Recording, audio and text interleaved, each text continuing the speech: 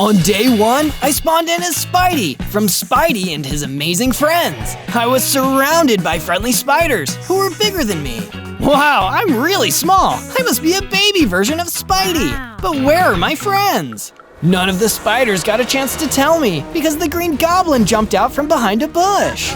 There you are! Thought you could hide from me with all these spiders? Well, you were wrong, Spidey. Tag, you're it. Ha ha ha! He threw a pumpkin bomb, and I jumped out of the way just in time. But the other spiders were caught in the explosion. I was the only one who made it out okay. You're rotten, Green Goblin, rotten to the core. What are you doing here? You're asking the wrong questions, Spidey. You're asking why I'm here, but you should be asking, why isn't Spin here? Right, Spin, Miles Morales, my friend. Why isn't he here? What did you do with him? That's for me to know, and you to find out. If you want to get him back, you'll need to come and find me and beat me in a fight.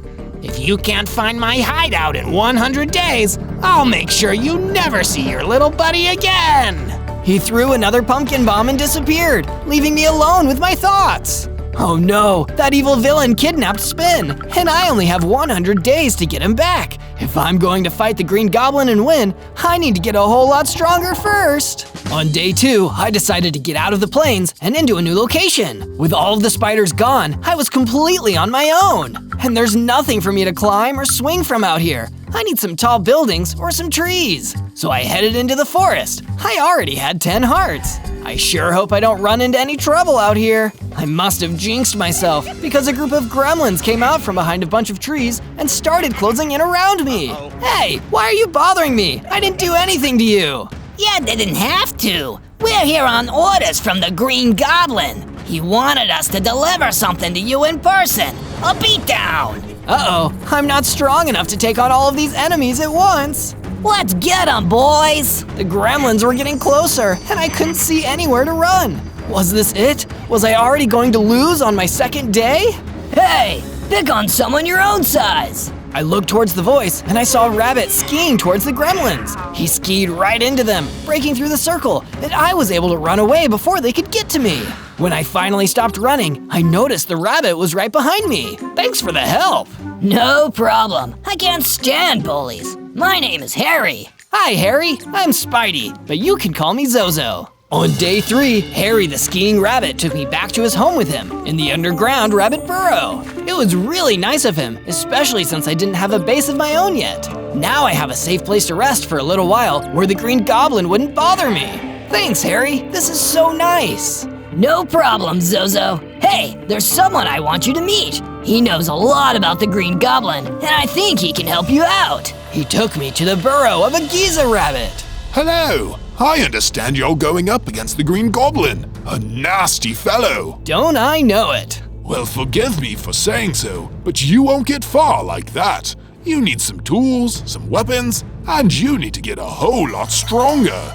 I know, but where should I start? The forest to the north has lots of wood. Go gather some so you can start making tools. You'll need to be well equipped with the strongest tools you can find, as well as an open heart and an adventurous spirit. It takes a hero to defeat a villain, and if you really try, you can become the hero that takes down the Green Goblin once and for all. That sounded like a whole lot of work, but as I thought about all the spiders the Green Goblin hurt and thought about Spin being held prisoner somewhere, I knew it was worth it. I guess I'd better get right to it then. First things first, I need to go gather that wood. You'd better go with him, Harry. We all need a friend in tough times, and Zozo has quite the journey ahead of him. Okay, let's go, Zozo. On days 4 and 5, Harry and I went out into the northern forest to start gathering wood. There was no time to waste, so I started punching as many trees as I could. After I gathered enough wood, I built a crafting bench and crafted a set of wooden tools. Hooray! Now I can start gathering stone.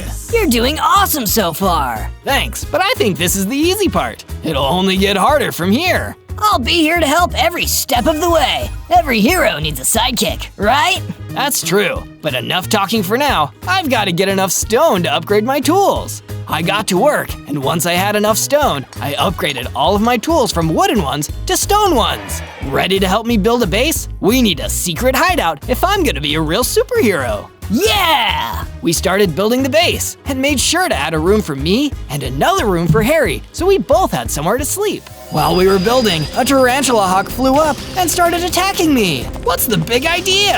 I couldn't let it get me, not when I was finally making progress, and I definitely wouldn't let it hurt Harry. The fight wasn't easy, but I won. And afterward, I felt myself getting stronger. Hey, I gained a heart. You're one step closer to being a superhero. Yeah! On days 6 through 8, I explored more of the forest. I wanted to see what other resources I could use to build my base, or if there was any useful item someone might have dropped. As I was getting ready to pick some apples from a tree, I heard someone yelling. Help! Somebody, help! Sounds like someone needs a hero. I ran toward the sound of the voice, and I saw a raccoon being attacked by a pack of wolves.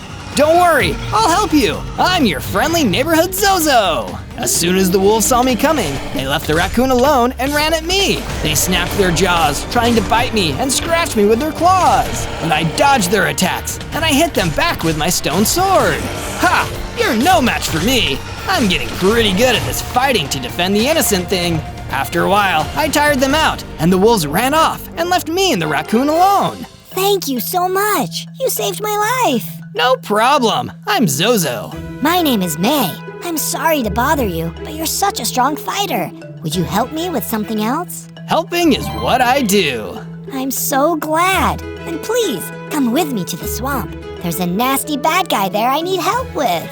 Lead the way. On days 9 and 10, May led me to the swamp to help deal with her problem. So, what's the deal with this swamp? I was staying here when this big, mean ogre came in and started stomping around and telling me to get out. He broke my house apart and told me that this was his swamp now and I needed to get out.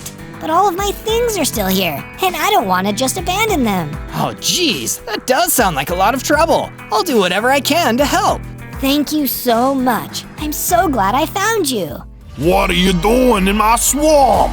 The ogre jumped out, roaring and running right at us. He was much bigger than me, but I couldn't back down.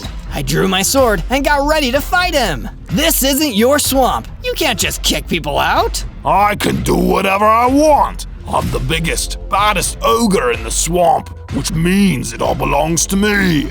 You can't take things from people just because you're bigger and stronger. Who's gonna stop me? Me! I ran at him with my sword, but he grabbed me and lifted me into the air. Then he threw me. I landed hard and got the wind knocked out of me. Uh-oh, he might be too strong. He was getting ready to grab me again, and I swiped at him with my sword. He knocked the sword out of my hand, and it went flying. I had to run and grab it, and I knew if I tried to fight this ogre right now, I would lose. Let's get out of here, May. We'll go back to my base, and when I'm strong enough, I'll come back. I promise. Okay, thank you for trying. I didn't want to run away, but I can't save the day if I let myself get beaten by an ogre. So even though it wasn't fun to leave the fight, it was better that May and I were safe. On days 11 and 12, I brought May back to my base. I built her a room of her own with a chest and a crafting bench. Thank you so much, both of you. Of course. Stay as long as you like. We're happy to have you. I was meaning to ask, do you know anything about the Green Goblin? That monster? I sure do. He kidnapped a friend of mine, and I'm trying to learn more about him. I'm pretty sure he lives underground somewhere. I don't know exactly where, but I've heard a lot of rumors about his underground cave hideout. If you can find out where he is, and you're strong enough to fight him, you might be able to use the element of surprise to help you defeat him. Underground, huh? That's really helpful. Thank you, May. Of course. The Green Goblin is terrible, and I'd be happy to see someone finally take him down. After I talked with May, I decided to add some food sources to my base. I know, I think I saw some chickens in the woods. Yes. So I built a fence to contain the chickens, then I went out looking for them. There you are. Come with me, chickens. I'll show you your new home. I herded the chickens back to the base and got them all set up in the fenced area. Then I cut down some grass and planted some wheat at the base. Now we'll have plenty of food, and I learned more about the Green Goblin. What a successful day! On days 13 to 15, I decided to find some ways to get stronger, so I turned to Harry for advice. I think the best way to get stronger is to get some more experience. Explore new areas, go on some quests, fight more enemies. You can't learn if you don't put yourself out there, and upgrading your tools probably won't hurt either. That's a great idea, thank you! If I was going to upgrade my tools, I needed to get mining. I mined some coal and some iron too. I raced back to my base to make a furnace. Then I smelted the iron and used it to craft all iron tools. Great! Now time to explore. Where can I go? I should go somewhere really different from anywhere I've been so far. I know, I'll go to the ice spikes. So I gathered all of my new tools and headed off to the ice spikes. Brr, it's getting cold. I'm not used to this weather. Maybe I should have brought some more supplies with me. Maybe you should've, but you didn't, because you're weak, and you'll never beat the Green Goblin. Who said that? I looked up and saw a green golem standing on top of a tall ice spike. I did. The boss sent me to check on your progress, and he's gonna laugh so hard when he hears about all this. But first, I think I'll teach you a lesson about trying to be a hero when you're really just a zero. Then he jumped down from the ice spike and landed right in front of me. But I was ready for him, and I had my brand new iron sword ready to go. Not so fast. He ran at me, and I swung my sword. He tried to hit me, but I dodged and attacked again. It was a pretty tough fight, but I managed to win in the end. After I defeated him, I noticed he dropped something. Cool, an explosive bottle. I can use this to fight the Green Goblin. I was so excited to show my friends what I found that I ran all the way back to my base. Harry was waiting for me. You should build an armory to keep your weapons. Great idea! So I built an armory, and after I did, I felt myself getting stronger. Whoa, I gained 2 hearts. On days 16 to 19, I decided to follow Harry's advice and keep exploring to get more experience. Maybe I'll find something else that will help me beat the Green Goblin, or make a new friend. As I was looking around, I found an abandoned house. Anyone here? No one answered, so I let myself inside to have a look around. It was totally empty, except for a chest. I opened the chest and found an old book. I guess I'll read it. Superheroes should always take the time to read every now and again. As I read the book, I couldn't believe what I was seeing. Whoa, so the Green Goblin is really Norman Osborn, the scientist. That's why he's so good at making those pumpkin bombs. I can't believe it. But it's in a book, so it must be true. Maybe this information will help me later. I grabbed the book to take with me and left the house to head back to my base. As I did, I saw the gremlins from before. Not you guys again. You better believe it, Spidey. The gremlins rushed at me, and I fought them off with my sword. When they realized they were outmatched, they started to run away. This ain't the last you'll see of us, or the Green Goblin. Tell your boss I'm getting stronger every day, and I'm coming to get my friend. I couldn't believe it. I beat the gremlins on my own this time. I was really starting to feel like a superhero who could defeat the villain and save the day. I wasn't quite ready yet, but I had already come so far. On days 20 to 22, I looked for some more bad guys to fight in the forest around my base. I wanted to get stronger and keep my friends safe at the same time. A mutant spider pig attacked May while she was looking for food, and I rushed in to save the day. Get away from her! I swung my sword and defeated the mutant spider pig easily. I was so much stronger than I was on my first day. I think I'm finally ready to take on the ogre and get your stuff back. Are you sure? He's so scary. I am. I just need to make some armor first. I gathered some more iron and crafted myself some shiny new iron armor. With this on, he won't be able to hurt me. I made my journey back to the swamp where the mean old ogre was waiting for me. Back for more, are ya? I'll be happy to beat you again if you didn't learn your lesson the first time. He grabbed me just like he did before, but when he threw me, my armor protected me from getting hurt. Nice try, but I'm ready for you this time. He was so surprised that he didn't have time to dodge my attack. I got him with my sword, then I hit him again. This time, he was the one who got knocked over. Oh, fine, take what you came for. Just leave before the Green Goblin finds out you're here. He's scared of how strong you're getting, and he's not afraid to cheat and have someone else take you out before you find his hideout. Whoa, so he's actually getting nervous. Don't get too confident. You're still nowhere near tough enough to beat him. Just go. So I grabbed a chest full of May's things, and I headed back to my base. On days 23 to 26, I returned to my base and went to find May. Here you go. I got this back for you. Oh, thank you so much. It has everything I own inside. I was so scared that I lost it all after that ogre destroyed my house. Can I stay here for a little while, though, before I find a new place to live? Stay as long as you like. Have you ever thought about building a guard tower to keep the base safe in case the Green Goblin sends any goons this way? That's a great idea. I got to work building a guard tower, and when I was finished, I felt much safer. But I needed some ranged weapons to go with the guard tower, so I gathered flint, feathers, and string, and crafted a bow and arrows. Then May came over to talk to me, and she was holding something. I found this in my chest of items, and I wanted to give it to you. My way of saying thanks for all of your help. What is it? A newspaper. It's enchanted. I think it might be useful for you. Whoa, thank you so much! With my enchanted newspaper, my new guard tower, and my bow and arrow, I was feeling more prepared than ever. On days 27 to 31, I decided to get back to exploring and looking for new ways to get stronger. I hiked out to the Badlands to see what I could find. While I was exploring, I saw some tarantulas stuck in a hole. I'll get you guys out of there, just hold on. I helped them all climb out, and then I sent them back to my base so they would have a safe place to stay for a while. Spiders have to stick together. After I helped the tarantulas, I looked around the Badlands some more. There weren't any enemies to fight, but there was a lot of terracotta. This looks cool. I'll gather some for my base. I got as much terracotta as I could take with me and went back to my base to decorate with it. I worked hard on creating a beautiful terracotta floor in my room, and when it was finished, I kicked back and ate a snack. But I couldn't rest for very long. Zozo, I need your help. I sprung into action. What's wrong? There's trouble in the rabbit burrow. We have to go help them. Let's go. On days 32 to 35, Harry and I went back to the underground rabbit burrow to check things out and help save the rabbits there.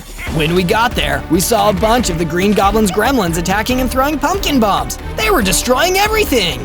Not so fast. Don't worry, rabbits. Your friendly neighborhood Spidey Zozo is here to help. What are you gonna do about it? I drew my sword. Remember this? They looked pretty nervous, and I started slashing left and right, taking down as many gremlins as I could. I thought I'd beaten all of them, but there was one more hiding behind a nearby wall. Before I could get to him, he pulled out another pumpkin bomb and threw it right at the Giza rabbit who helped me before. No! But it was too late. The gremlin blew him up. You'll pay for this! I took down the last gremlin fast, but I didn't feel any better. I was so upset about the Giza rabbit. It's not your fault. It's the Green Goblin. He did this. You're right, Harry, and we're gonna make sure he never hurts anyone else again. On days 36 to 39, I decided to head to the beach and see if I could find anything useful there. I needed all the strength and weapons I could get if I was going to beat the Green Goblin before he could strike again. Are there any heroes out here? Please, I need help. A hero? That's me. Who said that? I can help. Me. I looked over and I saw a walrus sitting on the sand.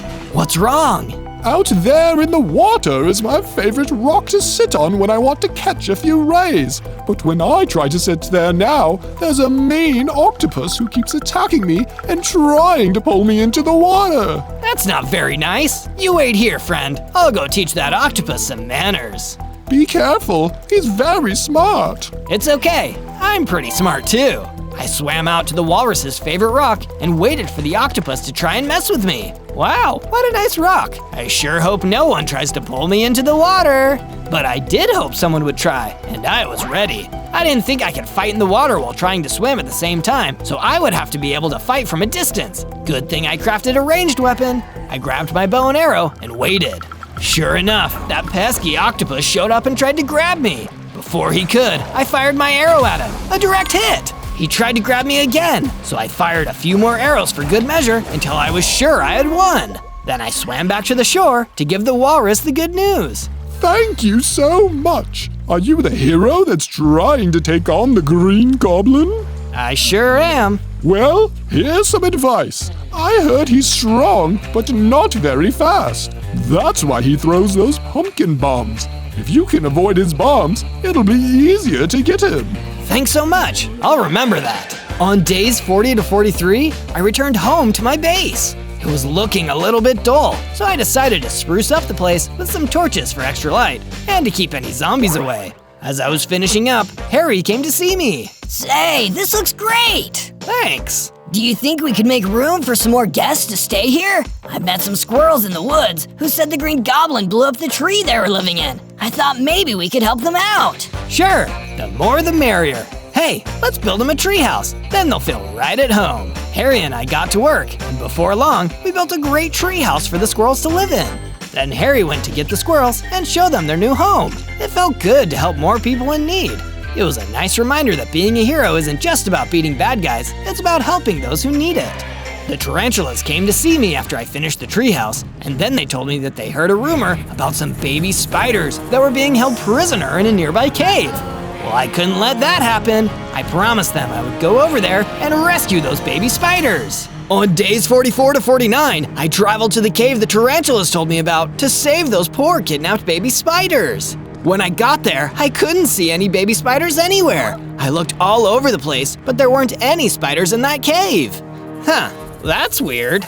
You fell for my trap, Spidey. Ha ha ha ha ha! The Green Goblin jumped out from behind a rock. There aren't any baby spiders here. It was a lie. But I knew that would get you to come here. Poor little hero with no one to save. Too bad, so sad. You're scum, Green Goblin. Oh, you wound me. You're running out of time, Spidey. Too bad you won't be able to save your buddy Spin before I blow him up. And when I'm done, I'll go to your base in the forest and blow that up too. That's right, I know where you've been hiding. Why are you doing this? Because I can. Wish I could stay and chat, but I've gotta run. I'll leave you with some company though. Oh, minion! A huge earth elemental came into the cave. Bye, Spidey. The Green Goblin ran away and disappeared, leaving me alone with the earth elemental. He looked pretty tough. Uh-oh. I had no choice. If I wanted to get out of there and get back to my base, I was gonna have to fight him. On days 50 to 53, I did my best to fight the Earth Elemental. He was a lot bigger than me, but I wasn't about to back down or let myself get scared. I stared him down and got ready. The Earth Elemental ran at me and knocked me back into the cave wall. But luckily, I had my armor on and it didn't take too much damage. I jumped back onto my feet and ran at the Earth Elemental with my sword. I got a few good hits in before he knocked me back again. Next, I climbed up onto a rock and shot an arrow at him. It hit, and while he was recovering, I jumped back down and rushed up to deliver a finishing blow. He went down, and I was the winner! Woohoo! I did it! I really am turning into a superhero. Wait, what's this? There was a book on the ground. I picked it up and started to read. The Notes of Norman Osborn. I hate spiders so much. One day I'll find a way to get rid of every spider in the world, and then I can finally be happy once they're gone. I'm so glad I found this underground cavern to build my laboratory and basin. It's the perfect place to do my work. So the Green Goblin hates spiders. That's why he's after me and why he took Spin. That's despicable. So his lair is in an underground cavern. There's a drawing of a map here showing where it is. I'm one step closer to defeating him once and for all. On days 54 to 57, I returned to the forest and started making my way back to the base. I've got to tell my friends what I've learned. But as I was walking, I heard someone crying for help. I followed the sound, and there was some baby spiders in a cage. Oh no, there really are some baby spiders in trouble. Hold on, little guys, I'll save you. I ran to let them out of the cage, but I couldn't find a key. Then a phantom swooped down on me. I was ready though, and I slashed at it with my sword until it went down. I saw that the phantom dropped the key, and also a blast protection enchantment. Awesome! This'll help keep me safe from the pumpkin bombs. I took the key and let the baby spiders out of the cage. Be free! Then I went back to my base to let the tarantulas know that I managed to help out the baby spiders. Then I told them all about what I found out about the Green Goblin and his lair. I showed them the map, and they recognized where the caverns were. They promised to help me find the caverns when I was ready to finally have my showdown against the villain. On days 58 to 62, I decided to plant some more crops so that we could have more food at the base. I went into the forest and gathered melons, then planted a bunch of melon seeds next to my wheat. Next, I decided it was finally time to upgrade my gear again. I went back down into the mine where I found my iron and started looking for some diamonds. It took a while and a lot of hard work, but finally I found some. Sweet! Time to craft some diamond gear. I was able to use the new materials to craft a diamond sword. After that was done, I expanded the base and added some more rooms, including a bedroom for Spin. After all, he's gonna need somewhere to stay when I finally rescue him. On days 63 to 66, the squirrels came up to talk to me. They told me that I might be able to find some useful materials at the stone shores. So naturally, I decided to head out there and see what I could find. When I arrived there, I couldn't see much of anything that would help me beat the Green Goblin. I was starting to feel discouraged. Then, I saw a stone monster coming toward me. Oh no, I guess I have to fight this guy now. But to my surprise, he didn't want to fight. He just wanted my help getting rid of a mean mutant creeper that took over the cove and killed his uncle, Ben. I'm so sorry that happened. Of course I'll help. I asked him to show me where he last saw the mutant creeper, and he pointed me in the right direction. A hero's work is never done. I guess with great power comes great responsibility, but I'm ready for it anyway. On day 67 to 70, I traveled to the part of the cove that the mutant creeper had taken over. I could get more fighting experience and help someone at the same time. Just another day of being a superhero. Come on out, you mean mutant creeper. I'm here to dispense some justice. As soon as it heard me, the mutant creeper came out of hiding and rushed at me to attack. It came at me and started hitting me, but I countered with my sword and my armor protected me from the damage. I knew I had to defeat it before it had a chance to charge up or explode, so I had to work fast, faster than I ever had before in a fight. It was hard, but I managed to take down the mutant creeper before it could blow up. Whew, that was a close one. Then I went back to the stone monster. That mutant creeper won't be bothering you ever again. All in a day's work for an up-and-coming superhero. On day 71 to 74, I traveled to the desert to gather some sandstone. As I was walking, I noticed an unusual rock formation. It spelled out, if you're enjoying this adventure, find more Zozo videos by searching for Zozo. And don't forget to like and subscribe. Wow, nature really is amazing. Now back to what I was doing. Having a nice little desert stroll, eh, Spidey? The Green Goblin suddenly appeared. I wasn't expecting to fight you so soon, but I guess there's no time like the present. Watching you lose will be a gift. I drew my sword and got ready to fight. The Green Goblin tossed a pumpkin bomb at me, and I had to dodge, but I got caught in the blast. Ouch! I lost a few hearts. I hate to admit it, but I'm still not strong enough. I need to get out of here. So that I would live to fight another day, I ran away as fast as I could before he could attack again. That was a close one. On day 75 to 78, I ran back to my base with some of the stone I managed to gather before the Green Goblin attacked me. I built a stone wall around the whole base. Awesome, this is looking great. At least something good came out of my trip to the desert. When I finished building the wall, Harry the Rabbit came up to me. Zozo, I found something, and I wanted to give it to you as a present. Thanks for everything you've done for me. You're a great friend and a real hero. Here you go, it's a cobweb.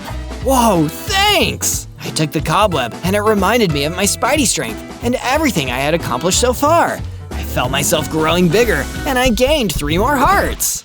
On days 79 to 84, I decided to try out my new strength and bigger size by fighting some bad guys. If I wanted to push myself, a good way to do that would be to fight in the cold. So I went out to the snowy tundra to look for some mobs I could fight to keep everyone a little bit safer. I didn't have to look for very long before I found some gremlins bullying a snowy goat. Hey, stop that! Who's gonna stop us? Me! Oh yeah, we're so scared. They didn't know how much stronger I was, so they weren't ready for how much better I was at fighting. It didn't take long before I beat them. I asked the snowy goat if he wanted to come back to my base and stay there for a while. No thanks, I'm good. Could you walk me home though? It's just near here. Sure. So I walked with the snowy goat until we reached his house. You seem like a nice kid. Here, take this. Maybe it'll be of some use to you. Then he gave me a vine lasso. This is great, thanks. Now I can attack the Green Goblin from a distance. Saving people is its own reward, but it's also pretty nice to get a gift every now and then. On days 85 to 89, I went back to my base. When I got there, I saw there were gremlins attacking. Let's burn this place down before Spidey gets back. Too late! I'm already here! Uh-oh. The gremlins ran away, but I chased after them. Hey, I've gotten faster! Before too long, I had almost caught up to them, but I was stopped by the Ragnarok. Please help. Those nasty gremlins stole my falconry hood. I need it for my favorite eagle. Don't worry, I'll get it back for you. Using my newly increased speed, I chased after the gremlins and caught up to them. Once I did, I beat them quickly and grabbed the falconry hood to take back to the Ragnarok. Here you go. Thank you so much. It's what I do. On days 90 to 94, I followed the gremlin footprints into the deep forest. This must be where they were hiding out before they attacked my base. Oh look, it's Spidey. Come to lose another fight. There was a gremlin chef waiting for me. Do I know you? Oh, but you should. I'm the Green Goblin's top henchman. The guy who handles all of his biggest problems. And you're a pretty big problem. A bug that needs to be squashed. He looked pretty tough, but I wasn't about to back down from this fight. I had to prove that I could take on the Green Goblin, so I needed to beat his right-hand man first. Let's do this! On days 95 to 97, I fought as hard as I could against the Gremlin Chef. At first, it was not going very well. He was dodging all of my attacks, one after another. Man, this guy's tough. Might as well give up now, Spidey. You'll never beat me, and you'll never beat the Green Goblin.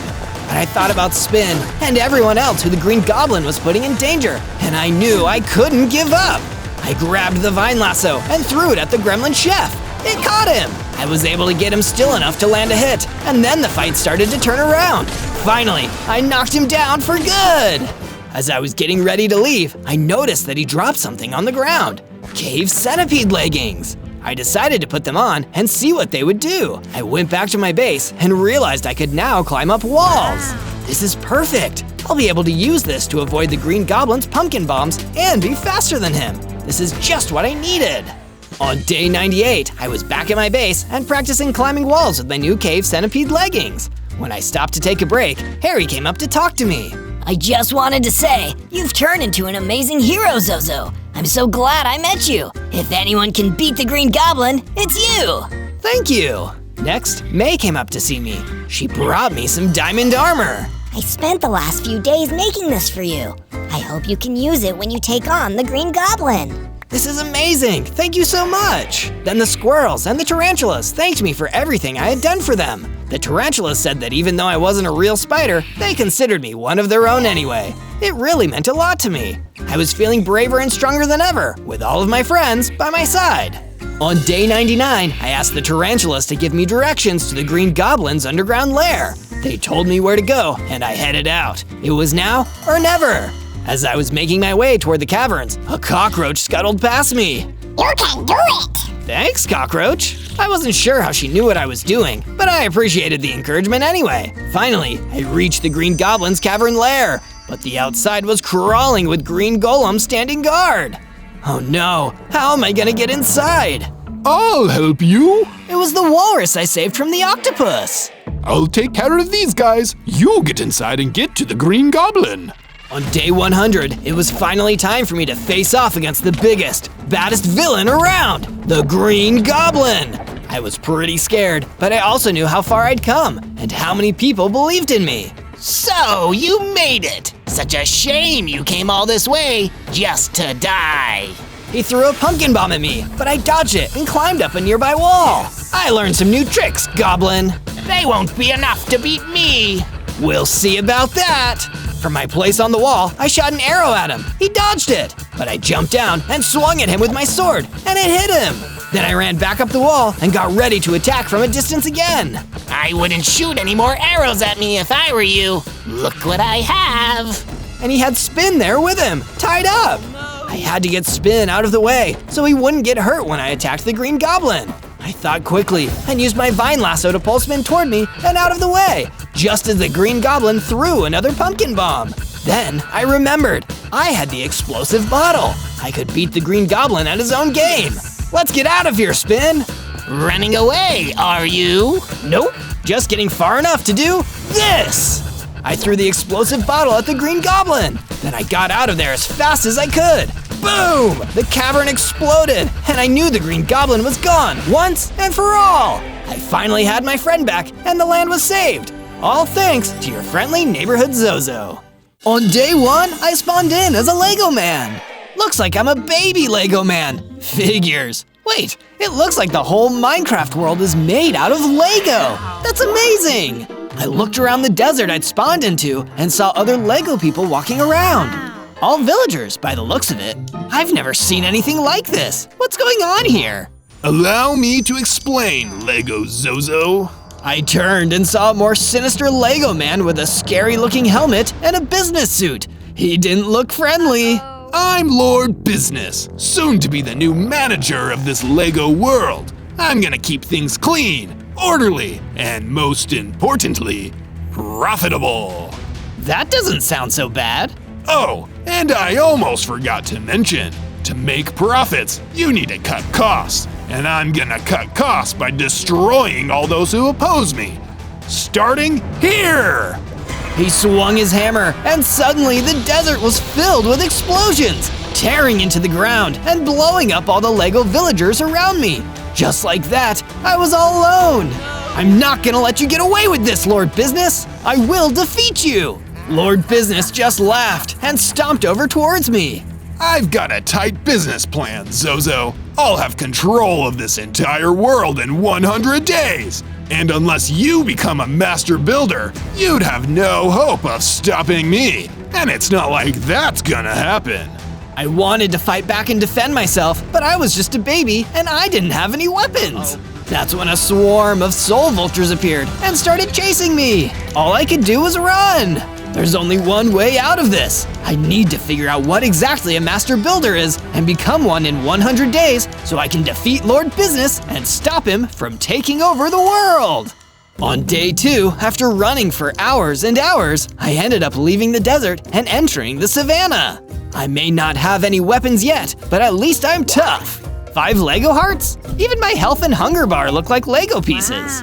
And I'd need those Lego hearts because I still hadn't lost Lord Business's gang of nasty soul vultures. They were tough and fast, and I still didn't have any gear to fight them off with. Don't you guys have something better to do than hassle a baby Lego man? As the soul vultures got closer, I could feel my energy depleting. It was almost nightfall, and now I was really in trouble. Then, flaming arrows went flying through the sky. Someone was shooting at the soul vultures. The flames scared them, and the flock retreated. Someone had saved my life.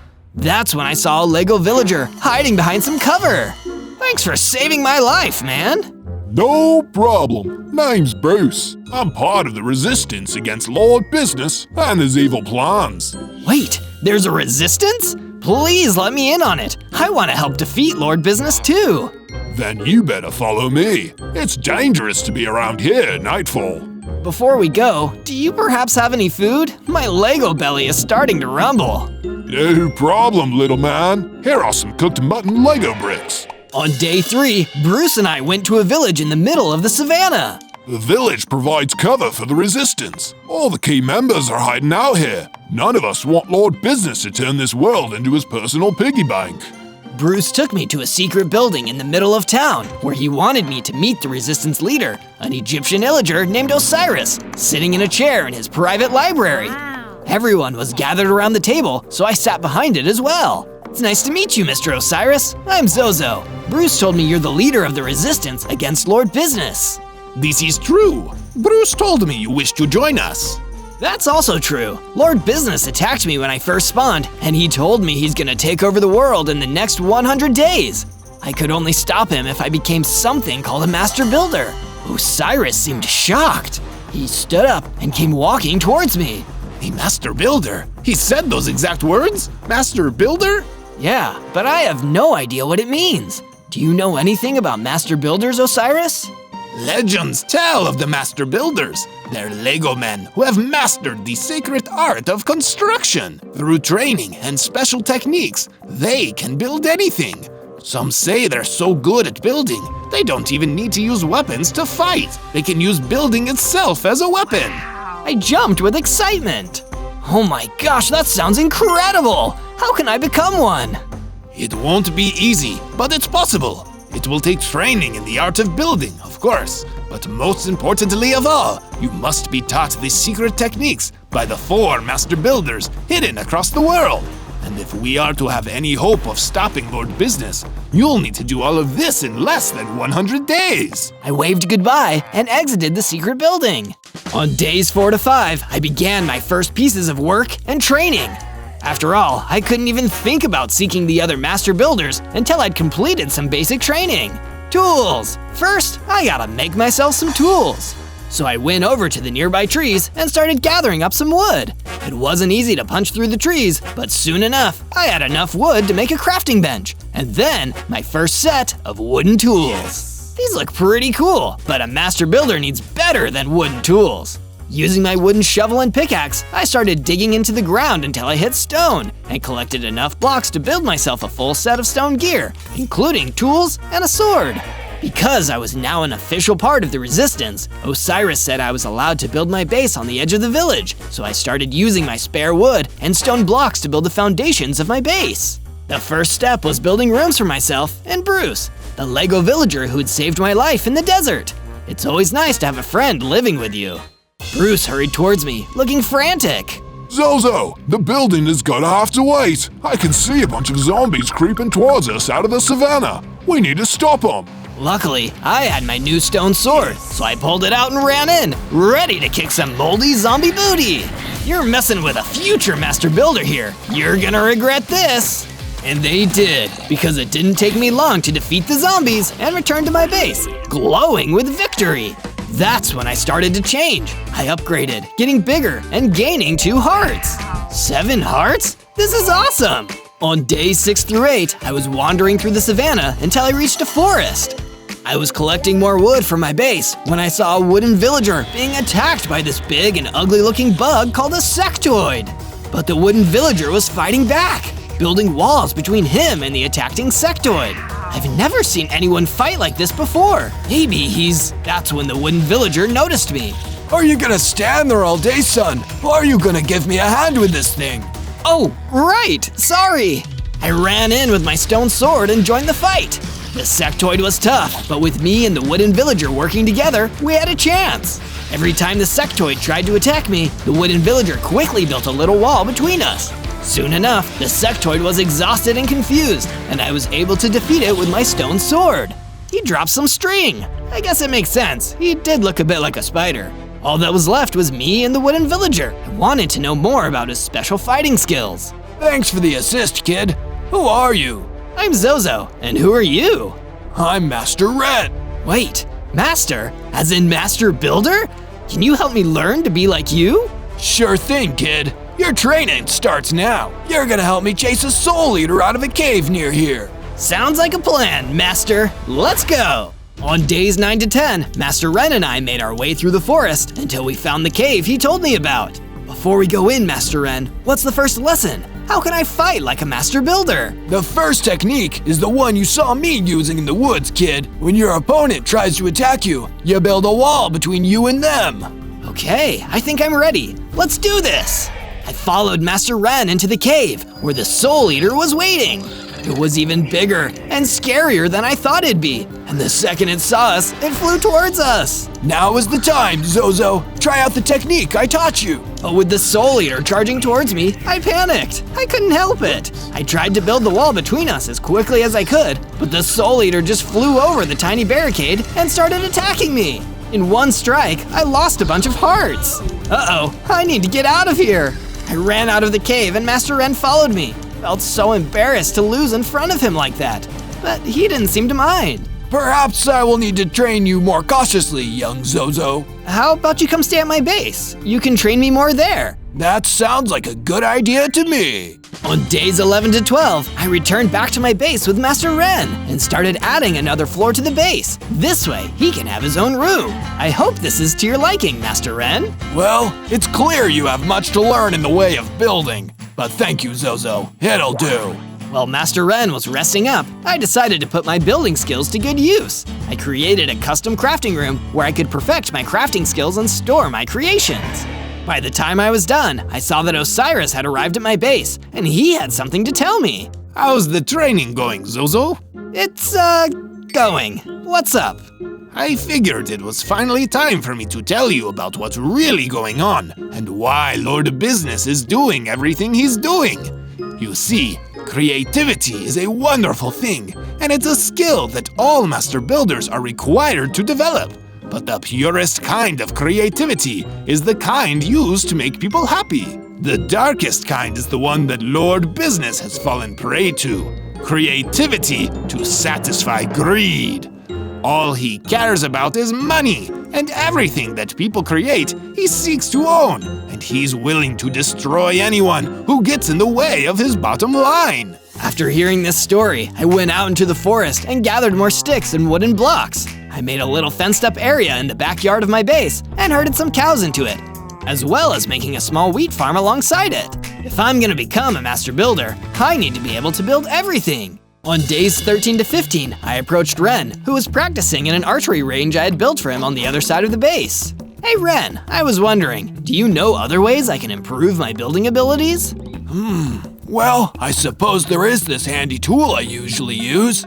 It's called a builder's wand, and it lets you build much faster by extending connected block faces. What? You didn't think to mention this before in the cave? Well, I have been known to be a bit forgetful here and there. Here, have one. Ren tossed out the wand for me. Thanks. Well, hopefully you can remember anything about master builders since, you are one of them. Osiris said something about there being 4 master builders out there, and I've only found you. Perhaps your best bet is searching the snowy tundra. I've heard tales of mysterious buildings popping up there.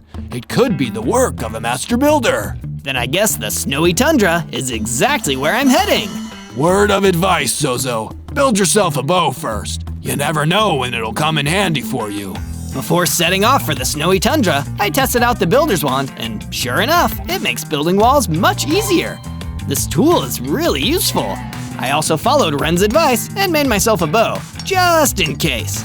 All I needed were some feathers, and luckily there were a few chickens around, so I could craft the arrows as well. Better to have a bow and not need it, right? I made my way across the map to the snowy tundra. Part of me hoped I'd find the next master builder waiting for me, but it turned out that the snowy tundra was huge. It'd take me forever to find someone here. But it didn't take long for a mutant snow golem to find me and start attacking. You must work for Lord Business. Jeez, is there anyone outside the village who doesn't work for that guy? I tried my best to use Master Ren's technique, building walls in front of the attacking snow golem, but he was still too fast for me, even with the builder's wand. In the end, I kept my distance and finished him off with the bow. I don't know if I'm ever gonna be good enough to be a master builder at this rate. But the mutant snow golem did drop something, a builder's potion, which helps the speed of my mining and building. Just what the doctor ordered. I returned to my base and took the potion, practicing by digging a huge hole near my base and collecting a bunch of stone blocks. It was a good exercise because soon enough, I leveled up and gained 2 more hearts. 9 hearts? This is rad! On days 16 to 19, I continued exploring, hoping I might find another master builder hiding inside some ancient ruins.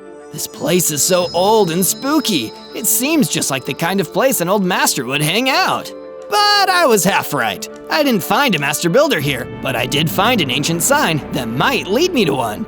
It read, "He who seeks to reach the peak of skill must climb to the peak itself. A master dwells where the air is thin."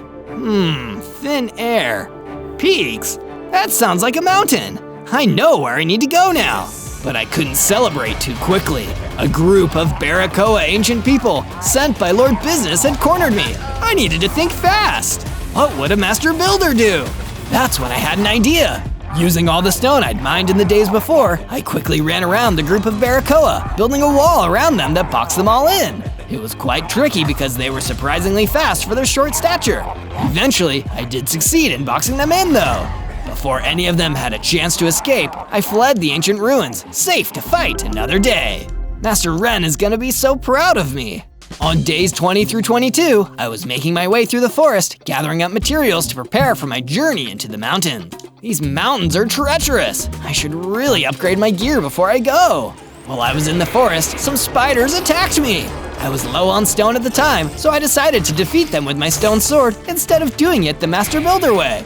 Variety is the spice of life. Once the spiders were dealt with, I mined until I stumbled into a small cave system. I found some iron deposits. It took a while to mine all of it, but in no time I had enough to smelt and craft into a set of iron armor and tools. It made me feel so cool and powerful. Maybe it's time for me to pay my old enemy a visit. With my new tools and my new power, I went back to the cave where I'd almost been defeated by the Soul Eater. But this time, it was going to happen the other way around. Come get me, Soul Eater. I'll give you something to chew on.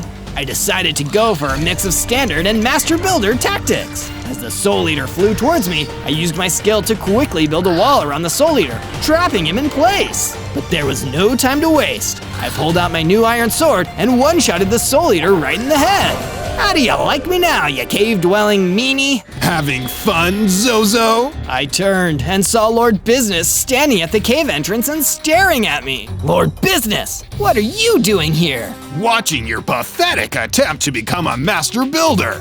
You really think you can make a difference? You're not special, Zozo. And believe me, when my factories are complete, we'll never need people like you to make anything ever again. And with that, he disappeared. Factories? That doesn't sound good. On days 23 to 26, I returned to my base, eager to tell Master Ren that I'd used my new skills to take down the Soul Eater. This is an amazing development, Zozo. I'm proud of you. Thanks, Master Ren. I couldn't have done it without your help. I have a reward for you, a special schematic for a new tool I've built. I think you'll find it quite useful. Master Ren gave me a book full of instructions, and I went into the crafting room to begin building. By the time I was done, I had a multi-tool. One tool that can be a pickaxe, a shovel, an axe, a sword, and a hoe, all in one. This is a perfect tool for a master builder. I then used my new iron multi-tool to clear the mess we did outside the base. I also used it to gather some more food. I then took some time to build a wall around my base. Now nobody with bad intentions could get in. On days 27 to 31, I decided to finally follow the instructions I saw in the ancient ruins. As I arrived at the ruins, I saw the Barracoa were gone, so I made my way up into the mountains. It was dark, cold, and difficult to climb, but it was worth it if it'd make me be a better builder. I couldn't see any mobs, thankfully, but I was so high up that if I fell, I probably would have been done for anyway. Then, without warning, an Iceman landed on the ground next to me. Who goes there? What? Where did you come from? That doesn't matter. Why are you invading my domain, stranger? I'm Zozo, and I swear I didn't mean to intrude. I just came here to look for a master builder. Then you found him. I'm Master Frost, the master builder of the mountains.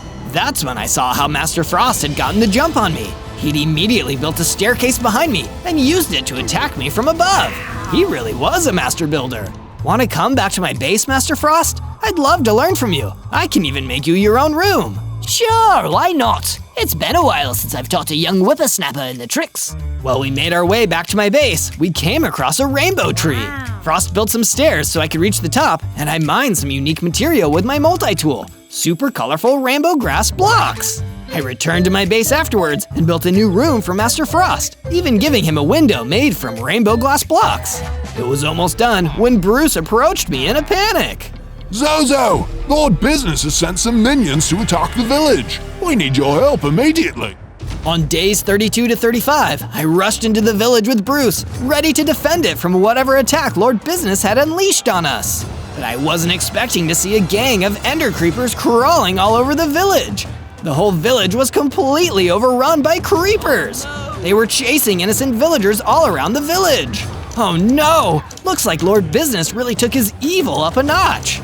Knowing it was dangerous to take on the ender creepers up close, Bruce and I pulled out our bows and started shooting the ender creepers, trying to take them out before they exploded. We had to be extra careful, but with the help of Bruce, we managed to get a lot of them. A few unfortunately slipped through the net, with awful consequences. Bruce suddenly looked towards Osiris's secret base. Zozo, look! They're cornering Osiris! Bruce was right! Osiris was being cornered by an ender creeper, slowly creeping towards him. We heard him beg for mercy. No, please don't do this. Before we could get close enough to save the Resistance beloved leader, we heard it, a Lego boom! The ender creeper exploded, setting off a chain reaction that blew up a bunch of the other houses. The whole village was in ruins. We rushed to check out Osiris's secret base, but all we saw was smoke rolling out. He was gone! Osiris, no! There was so much left unsaid between us! Come on, Zozo, we can mourn later. We need to stop these heavy creepers before they can do any more damage. It didn't take us long to defeat the rest of the Ender Creepers, but with Osiris gone, our morale had taken a serious hit. On days 36 to 39, I decided I needed to search further if I wanted to find the third and fourth Master Builder. That's why I traveled all the way to the Ice Spikes, a scary and desolate land even further away than the snowy tundra. Master Builder! Is there a Master Builder anywhere? I soon came across a Viking villager named Olaf. He was camping in one of the Ice Spikes, eating a Lego apple. He looked exhausted. You okay there, buddy? Oh yes, just taking a breather. You wouldn't happen to be a Master Builder, would you? No, afraid not. I'm just a Viking. But I can tell you where to find a Master Builder if you help me deal with a little problem I'm having. That sounds awesome. What do you need? There's a bad snowman around here I've been trying to destroy, but I'm having an off day. If you can take care of him for me, I'll give you the information you need. Deal. I wandered around the Ice Spikes until I found the bad snowman that Olaf had warned me about. Thankfully, I still had plenty of energy, so I pulled out my multi-tool sword and took him by surprise. Don't mess with this, Lego man. That's no joke. He even left a few carrots and snowballs in his chest. Maybe the Viking will want to play a snowball fight with me. I returned to the Viking and told him the good news. The bad snowman had been defeated. Finally! I thought I'd never get to leave this stinking place. Yeah, the snowman even left a few snowballs behind. Wanna play a snowball fight? No thanks. I'm too old and tired for such games. Oh, okay. So how about the Master Builder? Where can I find the next one? I heard there's one of them hiding out in the swamp, but he likes his privacy. No offense, but you should probably get better before you go see him. If you're not experienced enough, he'll think you're just wasting his time. On days 40 through 43, I returned to the base. Walking through the rubble the creepers left behind reminded me of the loss of our great Osiris leader. This is no time for sadness. I'm ready to practice and improve my building skills, so one day I can have my vengeance. I added some new furniture to the base, along with some bookcases that helped me study the craft of master building.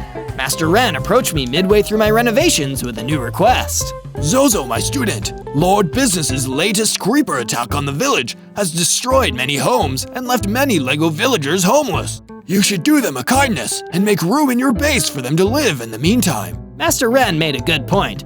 I invited in the homeless Lego villagers and started building another level to my base, complete with beds for them all to sleep in. Just as I finished, Master Frost came to me with an urgent message. I'm sorry to interrupt you, Zozo, but I've received some vital information. Some of my allies have followed up on the lead for one of Lord Business's factories. I need you to investigate and find out what's going on. It's also the perfect time for you to test out my attack from above technique. Of course, Master Frost, I won't let you down. On days 44 to 49, I followed Master Frost's instructions until I reached the factory. It was a spooky looking building, so harsh and out of place in this fun Lego world. I need to stop this madness as soon as possible before it ruins the whole world. I crept inside, trying to stay hidden. But while I may have gotten really good at building, I was kind of terrible at creeping because Lord Business noticed me immediately. This is private property, Zozo. Did none of your masters ever teach you not to trespass? It's rude. It's also rude to be an evil overlord. What's your endgame, Lord Business? What's the big plan here? Well, since you'll never leave this place alive, I guess I can tell you. You see this factory? I'm going to cover the whole world and thousands like it, and fill it with builders like you. You'll all either work for me or be destroyed, endlessly building products that I can sell for a massive profit. All for me! You'll never get away with this! I won't let you! You don't have a choice. Remember the golden rule. He who has the gold makes the rules. Speaking of which, meet a friend of mine, the Gold Warrior. A gold warrior stepped out from the darkness, ready to fight. Get rid of him. I'm a little too busy to stick around and watch. Lord Business disappeared again, and the gold warrior charged at me. On days 50 through 53, I tried to use my skills to fend off the Gold Warrior. He was the strongest enemy I'd ever faced, and he wasn't giving up easy. No matter how fast I tried to run away from him, he caught up to me. Can't we just talk this out, Mr. Gold Warrior? He didn't seem to think so. Instead, he kept trying to jab me with his lethal spiky club. I kept building walls between us, but every time, he'd effortlessly get around them. I was in real trouble. I tried taking him down with a bow, but he used his shield to stop the arrows. I got one shot in, but that was about it. This is not effective. I need to change tactics. I pulled out my multi-tool and activated the sword. I couldn't stop him with my master builder techniques or my bow, so I was going to have to fight him directly instead. It was a tough battle, and I lost quite a few hearts along the way. I even got down to half a heart. Luckily, I was able to build my way to safety and eat to regain my health. Phew, this is getting intense. But alright, here goes round 2. After a lot of fighting, I was finally able to defeat him. When he went down, he dropped his gold shield and a golden key. Oh, I wonder what this unlocks. I better keep it in my inventory. You never know when you need a key. On days 54 to 57, I left Lord Business's spooky factory and made my way outside onto the plains. But something was already out there waiting for me. A powerful Earth Elemental, ready to battle! The Earth Elemental started walking towards me, but out here in the open, I could use my master building skills. I quickly started using the Master Frost technique, building stairs so I could run up them and attack from above. It's over! I have the high ground! I leaped down onto the Earth Elemental and destroyed him in one direct strike to the head. He dropped a powerful Protection 3 enchantment book too. This will make me a lot more resistant to damage when I apply it to my armor. But I should probably wait until I get better armor and apply it then. With my mission complete, I returned to my base to tell Master Frost. I found him sitting on a bench by the lake as he made ice around him freeze up. I told him about Lord Business's evil plan and about my mastery of his technique. Excellent work, Zozo, despite the frightening news. Go see Bruce in a few days. He'll have something valuable for you to do then. Will do. Just make sure that all the fish don't freeze. On days 58 to 62, I decided that my base needed a little tender love and care, so I decided to expand the farm to also include chickens. Anyone else want a fried egg? But my base was only one half of my defenses. I needed to get myself better armor and tools too. That's why I used my multi-tool to dig into a mine behind my base, going deeper and deeper until I finally found some diamonds. Even though they look like Lego pieces, diamonds are still a master builder's best friend. I took the diamonds back into my crafting room and built myself a full set of diamond gear, weapons, tools, and armor. Then I crafted myself an anvil and applied the Protection 3 book to my diamond chestplate. Now I finally have some proper protection. Wait, what is this? I don't have a full armor bar. I guess Lego diamonds aren't quite as tough as real diamonds. After all that hard work, I built and added a new floor with a lounge and a small terrace to my base, so I could finally put my feet up and relax. I just knew it wouldn't last for long. On days 63 to 66, I approached Bruce the Lego villager and asked him what he had for me. I've been closely observing your progress, Zozo, and I believe you finally have what it takes to meet the next master builder. I've marked out the swamp where he lives on your map. Seek him out and learn his teachings. Thank you, Bruce. Wish me luck. Over the next couple days, I made the long journey to the swamp. It was a dark and humid place with a strong, musty smell. I really didn't want to spend too long here. Even less so when I saw a huge Polypham running towards me, ready to fight. Get out of my swamp, intruder! The Polypham was twice the size of me. I'd never stand a chance against him in a fight. I tried to run away, but he was way ahead of me. The Polypham mined into the ground and rapidly tunneled below me before popping back up out of the ground right in front of me. Please, I don't want any trouble. I'm just looking for the master builder. The Polypham immediately stopped. Oh, why didn't you say so? Nice to meet you. I'm Master Tony, the master builder of the swamp. Master Tony, I'm so pleased to see you. I was told you didn't like visitors. Normally I don't, but today I need a hand. I've got a monstrous swamp leech infestation. If you help me with that, I'll teach you a thing or two. On days 67 to 70, I followed Master Tony deeper into the swamp to help him take on his monstrous swamp leech problem. Being a master builder, I'm pretty strong, but leeches have always squicked me out, so I appreciate your help on this. It didn't take us long to find the leech infestation. I didn't want to get too close either. They looked pretty freaky, so I pulled out my bow and picked them all off at a distance, one arrow at a time. Leeches, be gone! Whoa, I should have been a pest controller. Great job, Zozo. I'm glad I don't need to look at those nasty things anymore. Happy to help. Now, how about that technique? Master Tony was a man of his word. He showed me how he'd mastered the combat tunneling technique, how you could use your pickaxe to dig into the ground to escape, or create pits for enemies to fall into. This is awesome! I only need to learn from one more master, and I'll be a master builder myself! On days 71 through 74, while searching the plains, I found an entrance leading to some kind of bunker. What could have been inside? And if you like crazy mysteries and wild adventures, you should search for more Zozo videos by typing ZO into your search bar. I prepared my diamond sword and climbed down through the door. It looked like some kind of secret bunker underneath, filled with bookshelves and books all marked factory plans. Wait, this place must be owned by Lord Business!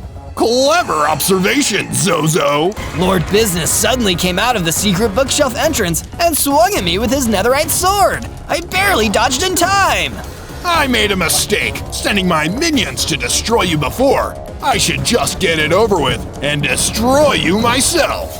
I tried to fight back, swinging my sword at him, but every time he blocked my strike and fought back, knocking off a few of my hearts. You're no master builder, Zozo. You're weak and pathetic.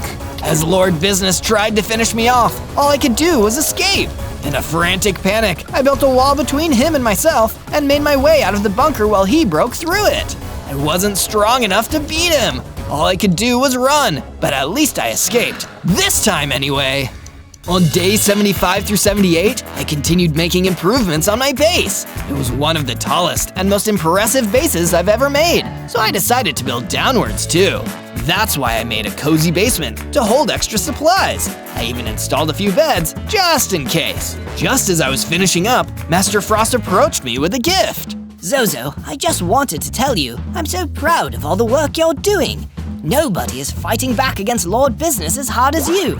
I wanted to give you a gift as a token of my thanks. It's a potion of strength I brewed for you. Wow, thanks, Master Frost. I can't wait to try it. I drank the potion and felt myself getting bigger and stronger by the second. By the time the transformation was done, I was a full-grown Lego man with 12 hearts. Let's see Lord Business try to take me on now. On days 79 through 84, I decided to travel for a bit to flex my new strength and master builder abilities by taking on some bad guys in the forest. Lucky for me, a gang of bad guys weren't hard to find, as when things got dark, the woods soon became filled with angry skeletons. You guys have got to go down, no bones about it. They didn't appreciate my bad pun. Instead, they attacked me. I decided to put all my master builder skills to use in stopping them. First, I used Master Frost's technique. I quickly made a stairway and climbed to the top to get away from them. Can't get me up here. Then, I used Master Tony's special technique. I leaped down onto the ground from above and started digging until I formed a big square hole in the ground. It didn't take long for the skeletons to follow me and fall in as I climbed back out. Then I capped it off with Master Ren's technique and built a roof over the pit where all the skeletons were trapped, sealing them away forever. Wow, I'm almost a master builder. It's true, and I like your style, Zozo. I turned and saw that an Egyptian jackal had been standing there and watching me the whole time. He seemed impressed. I'm Master Joey, the final master builder. I hear you've been looking for me. You heard correctly, Master Joey. Can you teach me your special technique so I can finally become a true master builder? I won't give you a technique, Zozo, but I will give you a tool. The hammer. When you need it to destroy blocks in a hurry, you just can't beat it. Congratulations, you're a master builder now! On days 85 through 89, I came back to my base with new tools and new knowledge, only to find that we were under attack from a horde of spider creepers. They were crawling all across the village and exploding, destroying chunks of the buildings. I was terrified they would go for my base and the people inside. I can't let you do this. One of the spiders came crawling towards me.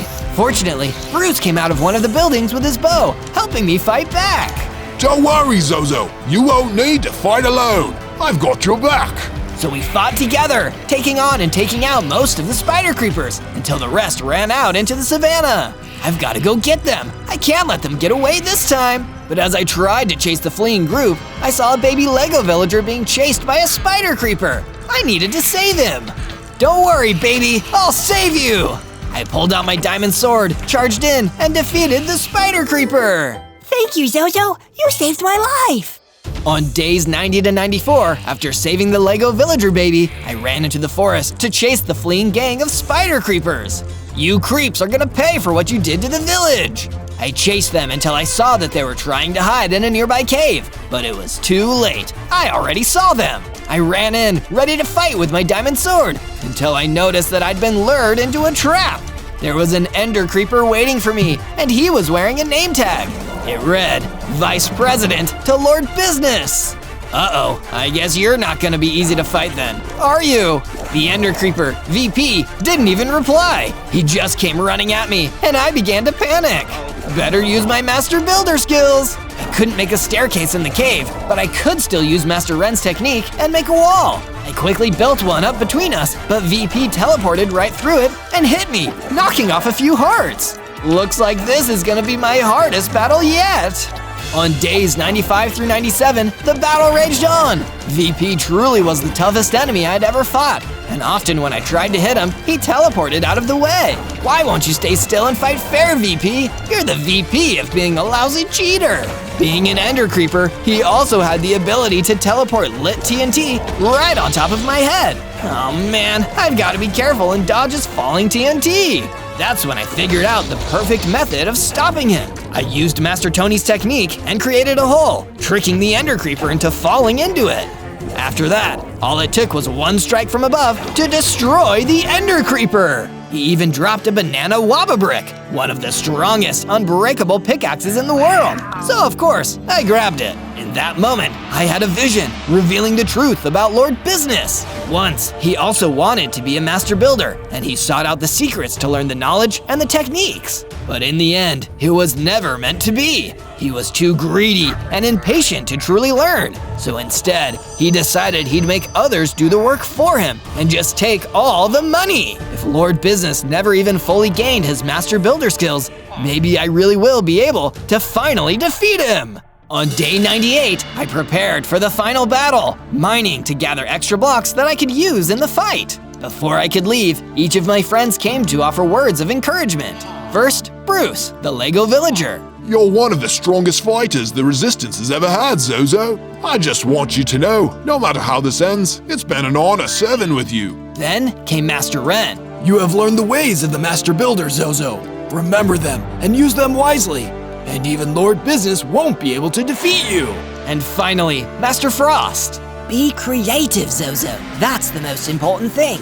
And it's something you're brilliant at. Lord Business will never be able to take that away from you. Hearing all of this made me finally feel ready to take on the evil mastermind behind it all. On day 99, I made my way to Lord Business's business base, where I was sure to find him. On the way there, I saw a Lego kid playing in the savannah. I believe in you, Zozo! You're my hero! Thanks, kid. I'm gonna try my best. But when I arrived outside the business base, I noticed that it was heavily guarded by a gang of soul vultures. Oh no, how can I fight all of these, then take on Lord Business? I'll be outmatched. That's when Master Tony the Polypham suddenly appeared. Don't you worry, buddy. I'll take care of the soul vultures. You get in there and take that businessman down. Thank you, Master Tony. I couldn't do this without you. Master Tony ran in and started fighting the soul vultures. And while he was distracted, I ran right past him and used the key, dropped by the gold warrior, to enter the business base. I knew that key would come in handy. On day 100, with my tools gathered and my master builder status secured, I entered the inner sanctum of Lord Business's business base. The place was huge, with tall walls and a massive fountain in the middle. I proceeded forward through a treasure room filled with gold piles. He was waiting for me on the other side of the room, sitting in his giant golden throne, laughing evilly. So you're finally here, Zozo, but I'm afraid you're already too late. It's never too late. Ha! That's what you think! My forces are ready to roll out, and they follow only my command. This whole world will be turned into one giant corporation, and I will be the CEO. Only a master builder could stop me now. That's the thing, Lord Business. I am a master builder. I pulled out my hammer and prepared to battle the evil businessman for the sake of the world. He jumped off his chair, wielding a netherite sword, and tried to attack me. I quickly built a wall between us, and anytime he knocked the wall down, I built another. Aren't you even going to fight back, Zozo? This is pathetic. I am fighting. I'm fighting like a master builder. I blocked myself into the treasure room while Lord Business was breaking down my wall. I quickly started building a staircase. As he broke through, I leapt down onto him and hit him. No, no fair! You'd know these techniques if you ever bothered to learn them, Lord Business. And you'd know this technique if you had money! Ender creepers, attack! Lord Business pulled a dirty trick. Doors around the room opened and heavy creepers started piling in. He was going to blow me sky high. Face it, Zozo, you're outnumbered and outgunned. I've won! Not yet, you haven't. It was time to put all my training to good use for one last move. While the heavy creepers chased me, I mined a huge hole into the ground with my hammer. I pushed Lord Business into the hole. I looked at the creepers and they followed me as I jumped into the hole. Zozo, what are you doing? Finishing this! As Lord Business and the heavy creepers scrambled around, trying to grab me, I placed down the ladders and climbed out of the hole. Zozo, you fool! Let me out of this pit! The heavy creepers will explode! It'll destroy us both! Not quite, Lord Business. Boom! They all exploded, destroying Lord Business with them as I ran from the room. It was finally over. I'd become a master builder and saved the whole world. On day 1, I spawned in as Demon Steve with 5 hearts. Oh wow, Demon Steve? Maybe this means I should cause some mischief. Nothing too serious, of course, just some fun little pranks. But I probably shouldn't have said that out loud, because as soon as I did, a huge iron golem knight came barreling towards me across the prairie. He was easily twice my size and scarily fast for how big he was. Halt, foul demon! You have no business in these lands. I will destroy you now, for I am the brave knight, Sir Slash-a-Lot, and it is my duty to destroy evil. Wait, I'm not evil. I'm just a little mischievous. I don't deserve to be destroyed. All demons deserve to be destroyed, and I have made it my life's mission to do so. It's why I'm the good guy here. Now have at thee. It's time to meet your doom, demon. Sir Slash-a-Lot didn't waste any time. He immediately tried to slash me in half. I guess that's how he got his name, so I tried to hit him back. When I hit him, he took some fire damage. That must mean that as a demon, my punches have a natural fire aspect enchantment. That's so cool! But I was still no match for the knight. I made a run for it, further into the prairie, until I couldn't see him anymore. I stopped for a moment to rest. Jeez, it isn't easy being a demon. Then, I was attacked by a bunch of fallen soldiers with a bone to pick. Thankfully, my fire punches were really helpful in defeating them before they could deal me any real damage. After they were finished, I found some shelter under a tree to finally get some sleep. I guess people really hate demons in this world. I wonder if I can still get by, even if nobody believes in me here. On day 2, I decided that if nobody was going to take care of me, I'd at least take care of myself. I punched down some trees with my powerful fire punch and used the remains to build myself a wooden pickaxe. This was perfect for digging into the ground and getting enough stone to build a complete stone tool set, including a stone sword. Now I'm ready to explore the world, and maybe do a little demon pranking too. I traveled from the prairie to the Red Rock Valley, which seemed like a fun place for a demon to hang out. Once I arrived, I found a nice clear area where I'd have plenty of space to build a base. I used some of the material I collected to start building a cool little demon pad where I could hang out and avoid Sir Slash-a-Lot and his men. It was pretty basic at first, with only a room to sleep and a room to hang out in. But when it was done, I took in all my hard work and felt happy. Be it ever so humble, there's no place like home. And clearly, my building attracted some attention because I was soon attacked by a roving concrete golem. We fought, and believe me, he was as tough as, well, concrete. But in the end, I managed to get the upper hand and defeat him. But it made me realize how strong stone could be. Using a crafting bench I added to my base, I decided to build myself a full set of stone armor. Sometimes the best offense is a good defense. With all this work done, I added a bed to my bedroom and settled down to sleep. On day 3, I traveled from the Red Rock Valley over to the forest where I could collect some more wooden blocks for my base. Even when you're a demon, you just can't beat the class of hardwood flooring.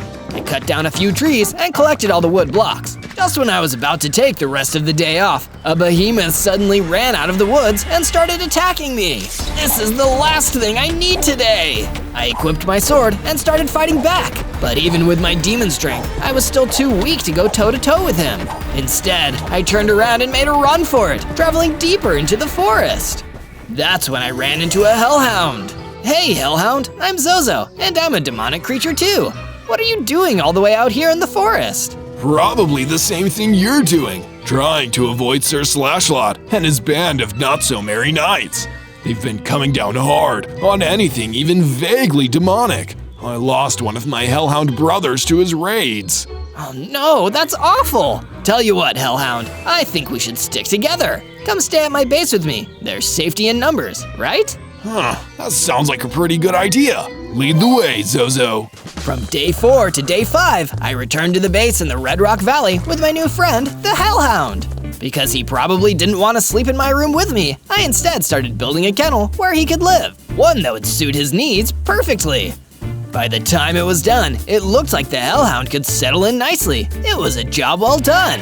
But sadly, it wasn't time for me to rest just yet, because I saw a High Reaver skulking around the outside of my base. He was someone I needed to deal with before things got too out of hand. No trespassers allowed, Reaver! I ran out and fought him with my stone sword, surprising him with how tough I was, even though I wasn't that experienced. It must have been that demon confidence serving me well. Soon enough, the High Reaver was defeated, and he left me a gift. A bow dropped to the ground, ripe for the taking. So I did. Now I have a long-range attack too. This is perfect. From day 6 to day 8, I went out to the plains in search of more resources. If nothing else, I could probably find some more stone to make my base bigger. However, while I was out there, just minding my own business, I was suddenly ambushed by Sir Slashlot himself. Uh-oh. You thought you could escape me, foolish demon? But nobody escapes Sir Slashalot. It is my righteous purpose to hunt down and slay every single one of you. And now, with my new divine blade, which is extra dangerous to demonic beings, I'll finally be able to carry out my mission. Sure, but you'll have to catch me first. I ran as fast as I could, while the crazed Sir Slashlot chased me. As I ran, I knew that I'd have no hope of stopping him. For now, the best I could do to survive was just run away as fast as I could and hope that he didn't catch me. During the chase, I even ran out of the plains and into the cover of the forest. Sir Slashlot kept chasing me, but I'd built enough distance between us to hide behind a tree.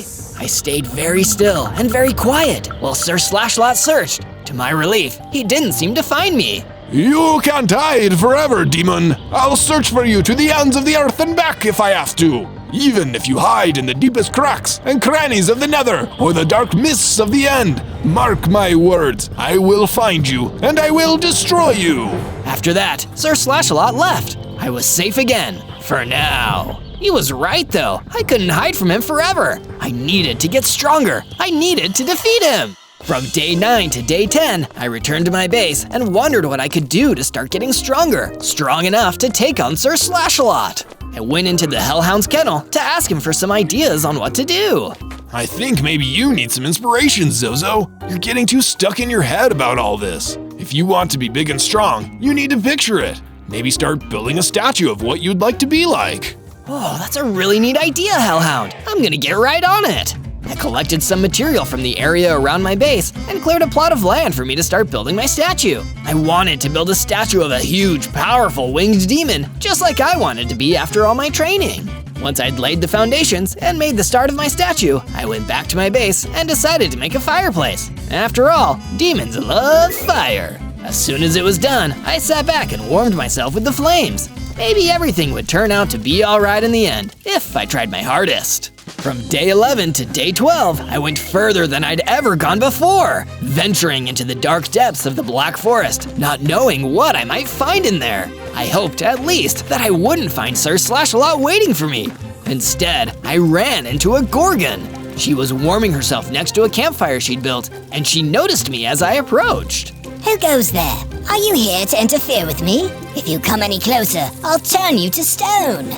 Wait, hold on a second. I'm not here to interfere with anyone. I'm just out here trying to avoid Sir Slashalot. He's been on my tail for almost 2 weeks now. Ah, Sir Slashalot. That makes sense.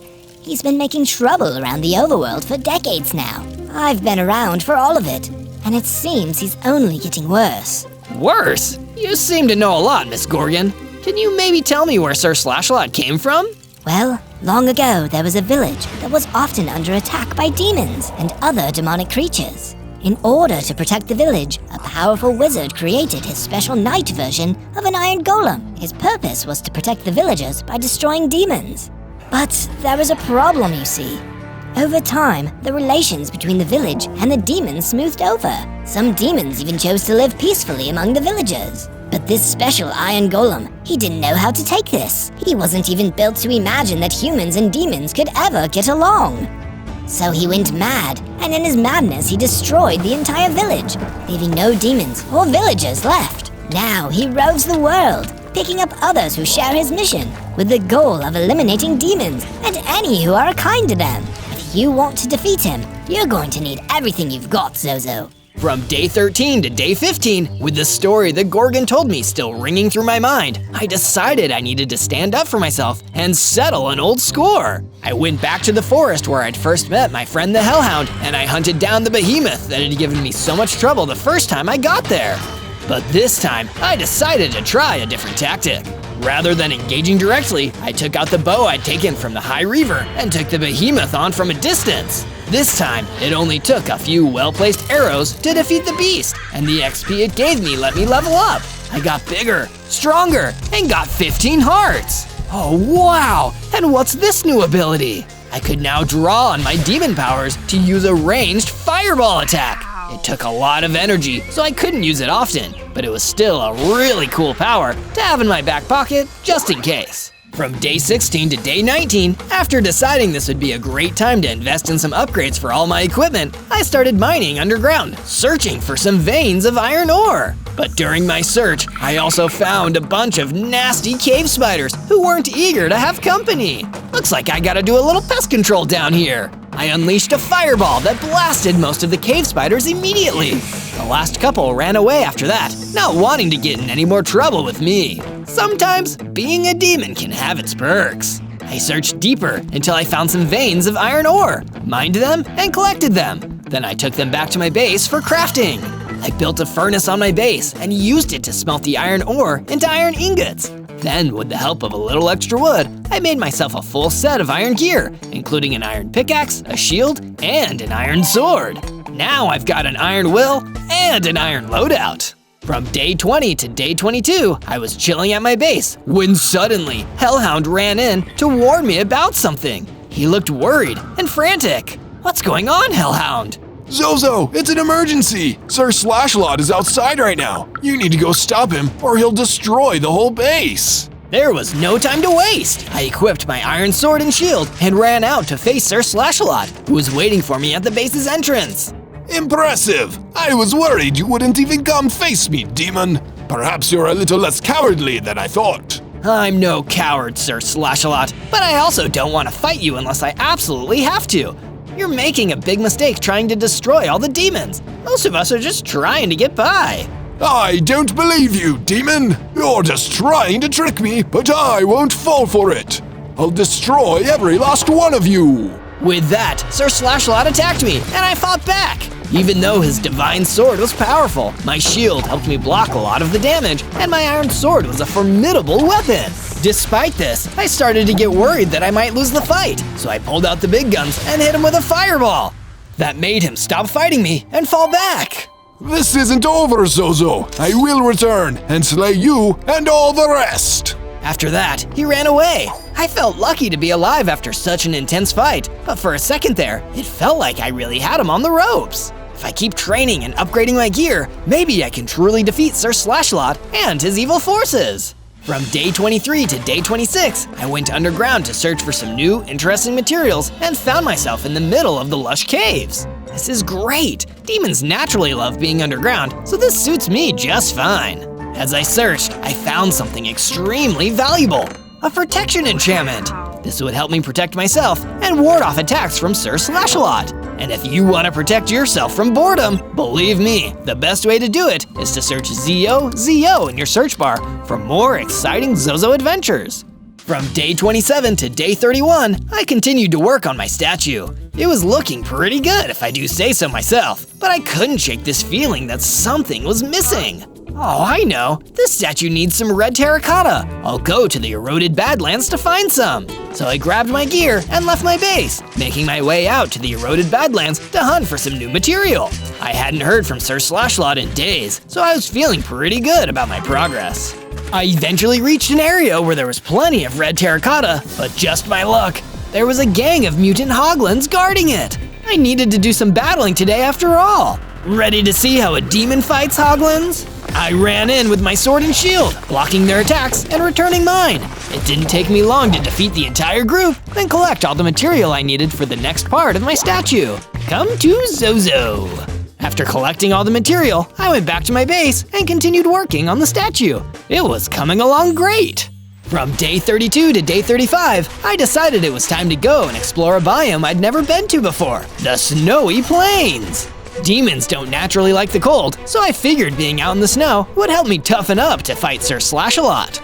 And that toughness was about to come in majorly handy because it didn't take long for a big, nasty snow golem to run in, ready for a fight. Ready to kick some frosty butt, I pulled out my sword and took him on. He had the home field advantage, but I wouldn't give up. Soon enough, I was able to take him down with my sword. Once I defeated the snow golem, I kept moving until I ran into a crying snow fox standing in the middle of the snow.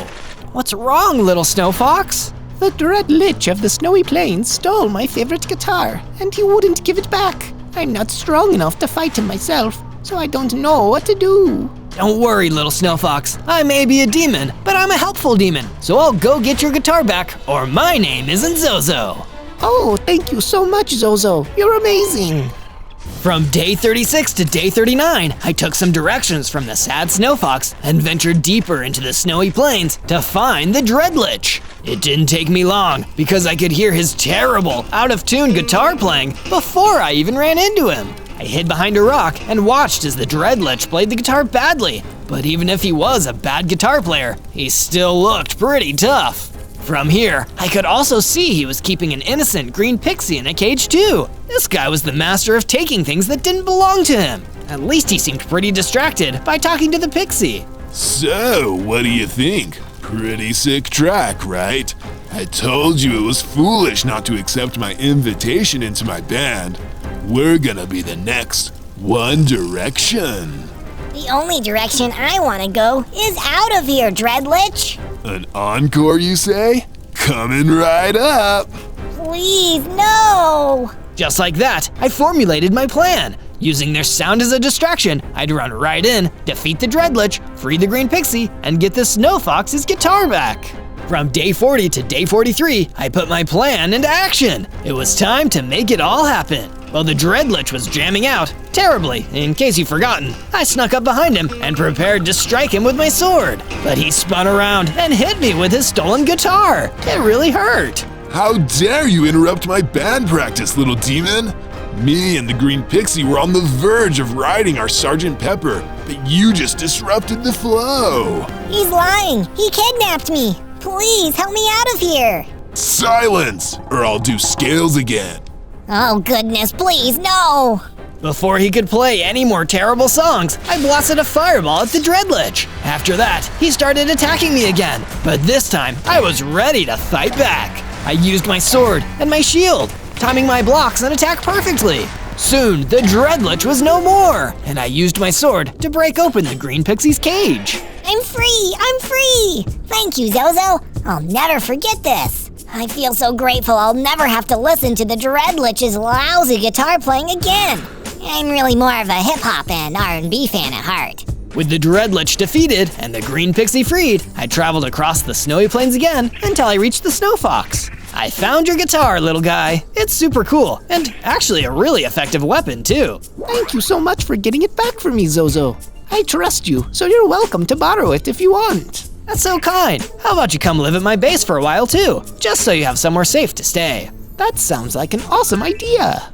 From day 44 to day 49, I returned to my base with the snow fox behind me, practicing on the sick guitar that he'd loaned me.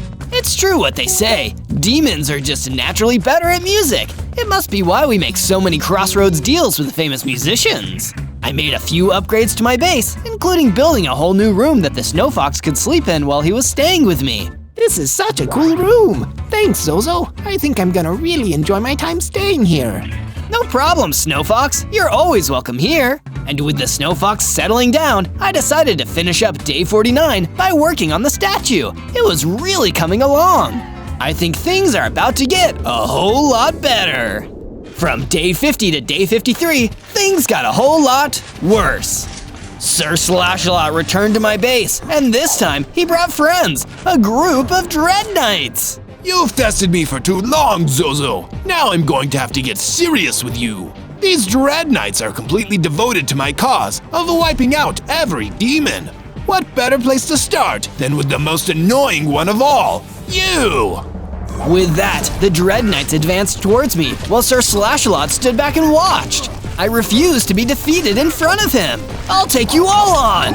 And I did! As the Dread Knights poured in, I shot a fireball and fought them all. One by one, I took them all out until none were left. By that time, Sir Slashalot was already gone. This battle gave me enough XP to level up once again. I got bigger, stronger, and now I had 30 hearts too.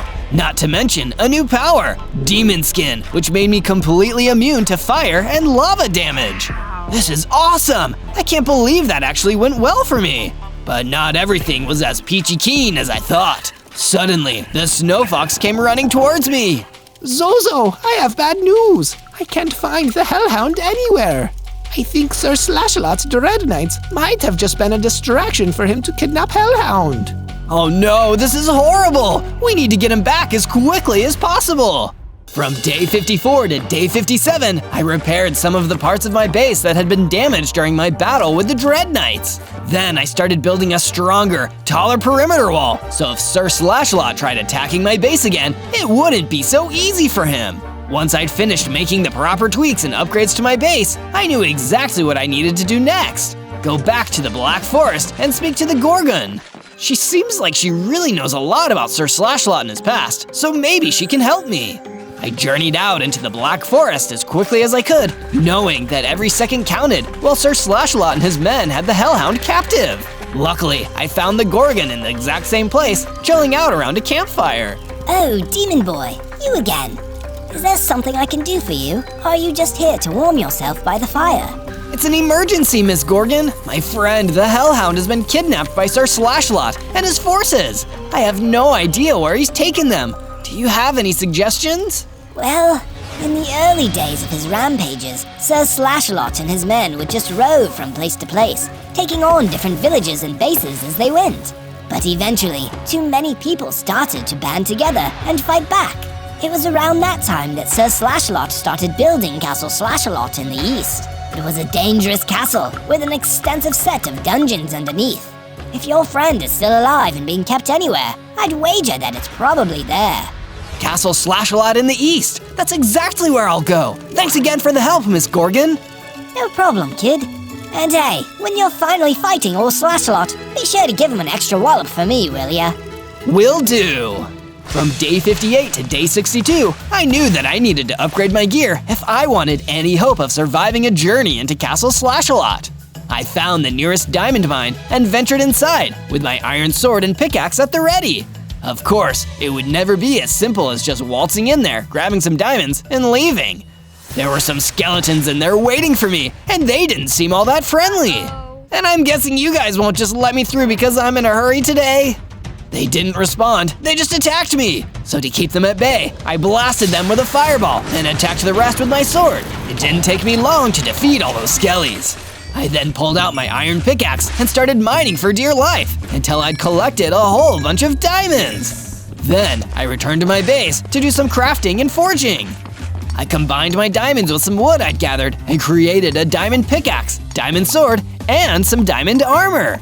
Now I felt like I was ready for anything. From day 63 to day 66, after all this hard work and upgrading, I was almost ready to storm the dungeons of Castle Slashalot and rescue Hellhound. But first, to make sure my head was in the right space, I did a little more work on the statue. Seeing the big, strong demon I was building helped motivate me to know what really mattered.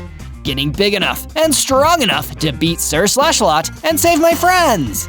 And if you want to help me on my mission to make friends, get strong, build cool bases, and defeat evil bad guys, hit subscribe and ring the little bell so you can join me on all of my exciting adventures. From day 67 to day 70, with my new power and diamond equipment, I knew that it was time to make my way to Castle Slashalot and rescue Hellhound from the evil knight's clutches. I traveled east, following the Gorgon's instructions, until I saw a sinister castle on the horizon and just knew that it had to be Castle Slashalot. And when I got closer and saw that the building was surrounded by Dread Knight guards, my suspicions were confirmed. I knew that Hellhound and Sir Slashalot were somewhere inside.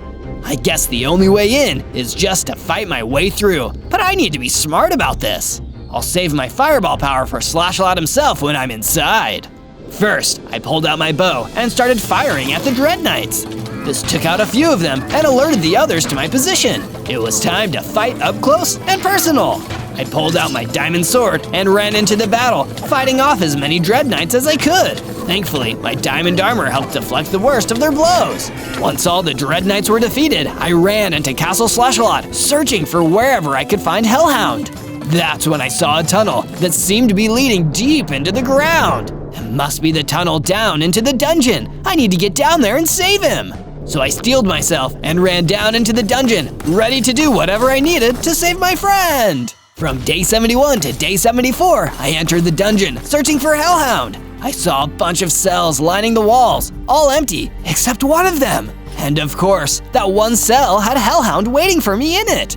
He seemed so happy to see me there. Zozo, it's you! Thank you for coming to save me! Of course I'd save you, Hellhound. You're one of my best friends. Now stand back. I'm gonna bust you out of here. Hellhound stood back, and I used my diamond sword to smash open the door to his cell. Head back to the base, Hellhound. I'm gonna keep fighting my way through. Sir Slashalot can't keep getting away with all this. He needs to be defeated, here and now. Good luck, Zozo. I know that if anyone could take down that monster, it's you! With Hellhound released to safety, I could comfortably focus on my next mission, taking down the big boss. I continued to explore the dungeon. During my journey, more Dread Knights emerged and started attacking me. Lucky for me, with all my weapons and gear, they really weren't hard for me to defeat. Sir Slashalot should really start employing some tougher guys. These Dread Knights aren't even a challenge anymore. He should rename them Mild and Convenience Knights. Once the Dread Knights were defeated, I found a chest buried deep in the dungeons, containing one truly awesome item, a dragon bone sword. This is an even better weapon for a demon than a diamond sword. Using this, Sir Slashalot doesn't stand a chance against me. With my brand new sword, I kept searching until I saw an unfamiliar door. This must have been one that led directly into Castle Slashalot's inner sanctum. Hope you're ready, Slashalot. This is one demon you can't get rid of. From day 75 to day 78, I entered the first chamber of Castle Slashalot's inner sanctum and found that the diabolical knight himself was waiting for me. Foul demon! You have defiled my castle with your presence, and you have taken my precious dragonbone sword from the dungeon. You've destroyed scores of my men, and worst of all, you've committed crimes against nature by existing as a demon. Is there anything in your vast list of crimes that I'm forgetting? I think you're forgetting that time I hit you with a fireball, maybe? What? I don't remember such an event. Oh shoot, my bad. Sorry, I think I must have been thinking about it right now. I fired a fireball at Sir Slashalot, stunning him. That gave me a perfect opening. I ran in with my new dragonbone sword at the ready and started attacking, hitting him again and again and again, not even giving him time to fight back. I could tell that Sir Slashalot was badly injured by my attack because he retreated away from me, holding a defensive position. You got lucky, Zozo, but you won't get lucky again! Luck has nothing to do with it, Slashalot. You just made the mistake of assuming that a demon could never be stronger than you, and that's why you're paying the price. You insolent little rat, I'll show you! Then Sir Slashalot turned around and ran, and all I could do was try to chase him. From day 79 to day 84, I chased the wounded Sir Slashalot deeper into his inner sanctum, ready to finish this once and for all. But of course, I should have known that it would never be so easy. As soon as I caught up to him, I could see that Sir Slashalot wasn't running anymore. He was just standing there, watching me. I have to hand it to you, demon. You've really pushed me to my limit here. And the Dragon Bone Sword was a particularly ingenious touch. But I have one last trick still up my sleeve. Don't get scared now, Zozo. Suddenly, Sir Slashlot began to glow and transform. He became a bigger, more imposing version of himself. What? I don't understand. You don't need to understand, Zozo. You need only tremble before me. This is my final form, Ultimate Demon Crusader Sir Slashalot. Are you ready to meet your doom, Zozo? For the first time in a while, I felt truly afraid. All I could do was turn and run out of the inner sanctum in shame.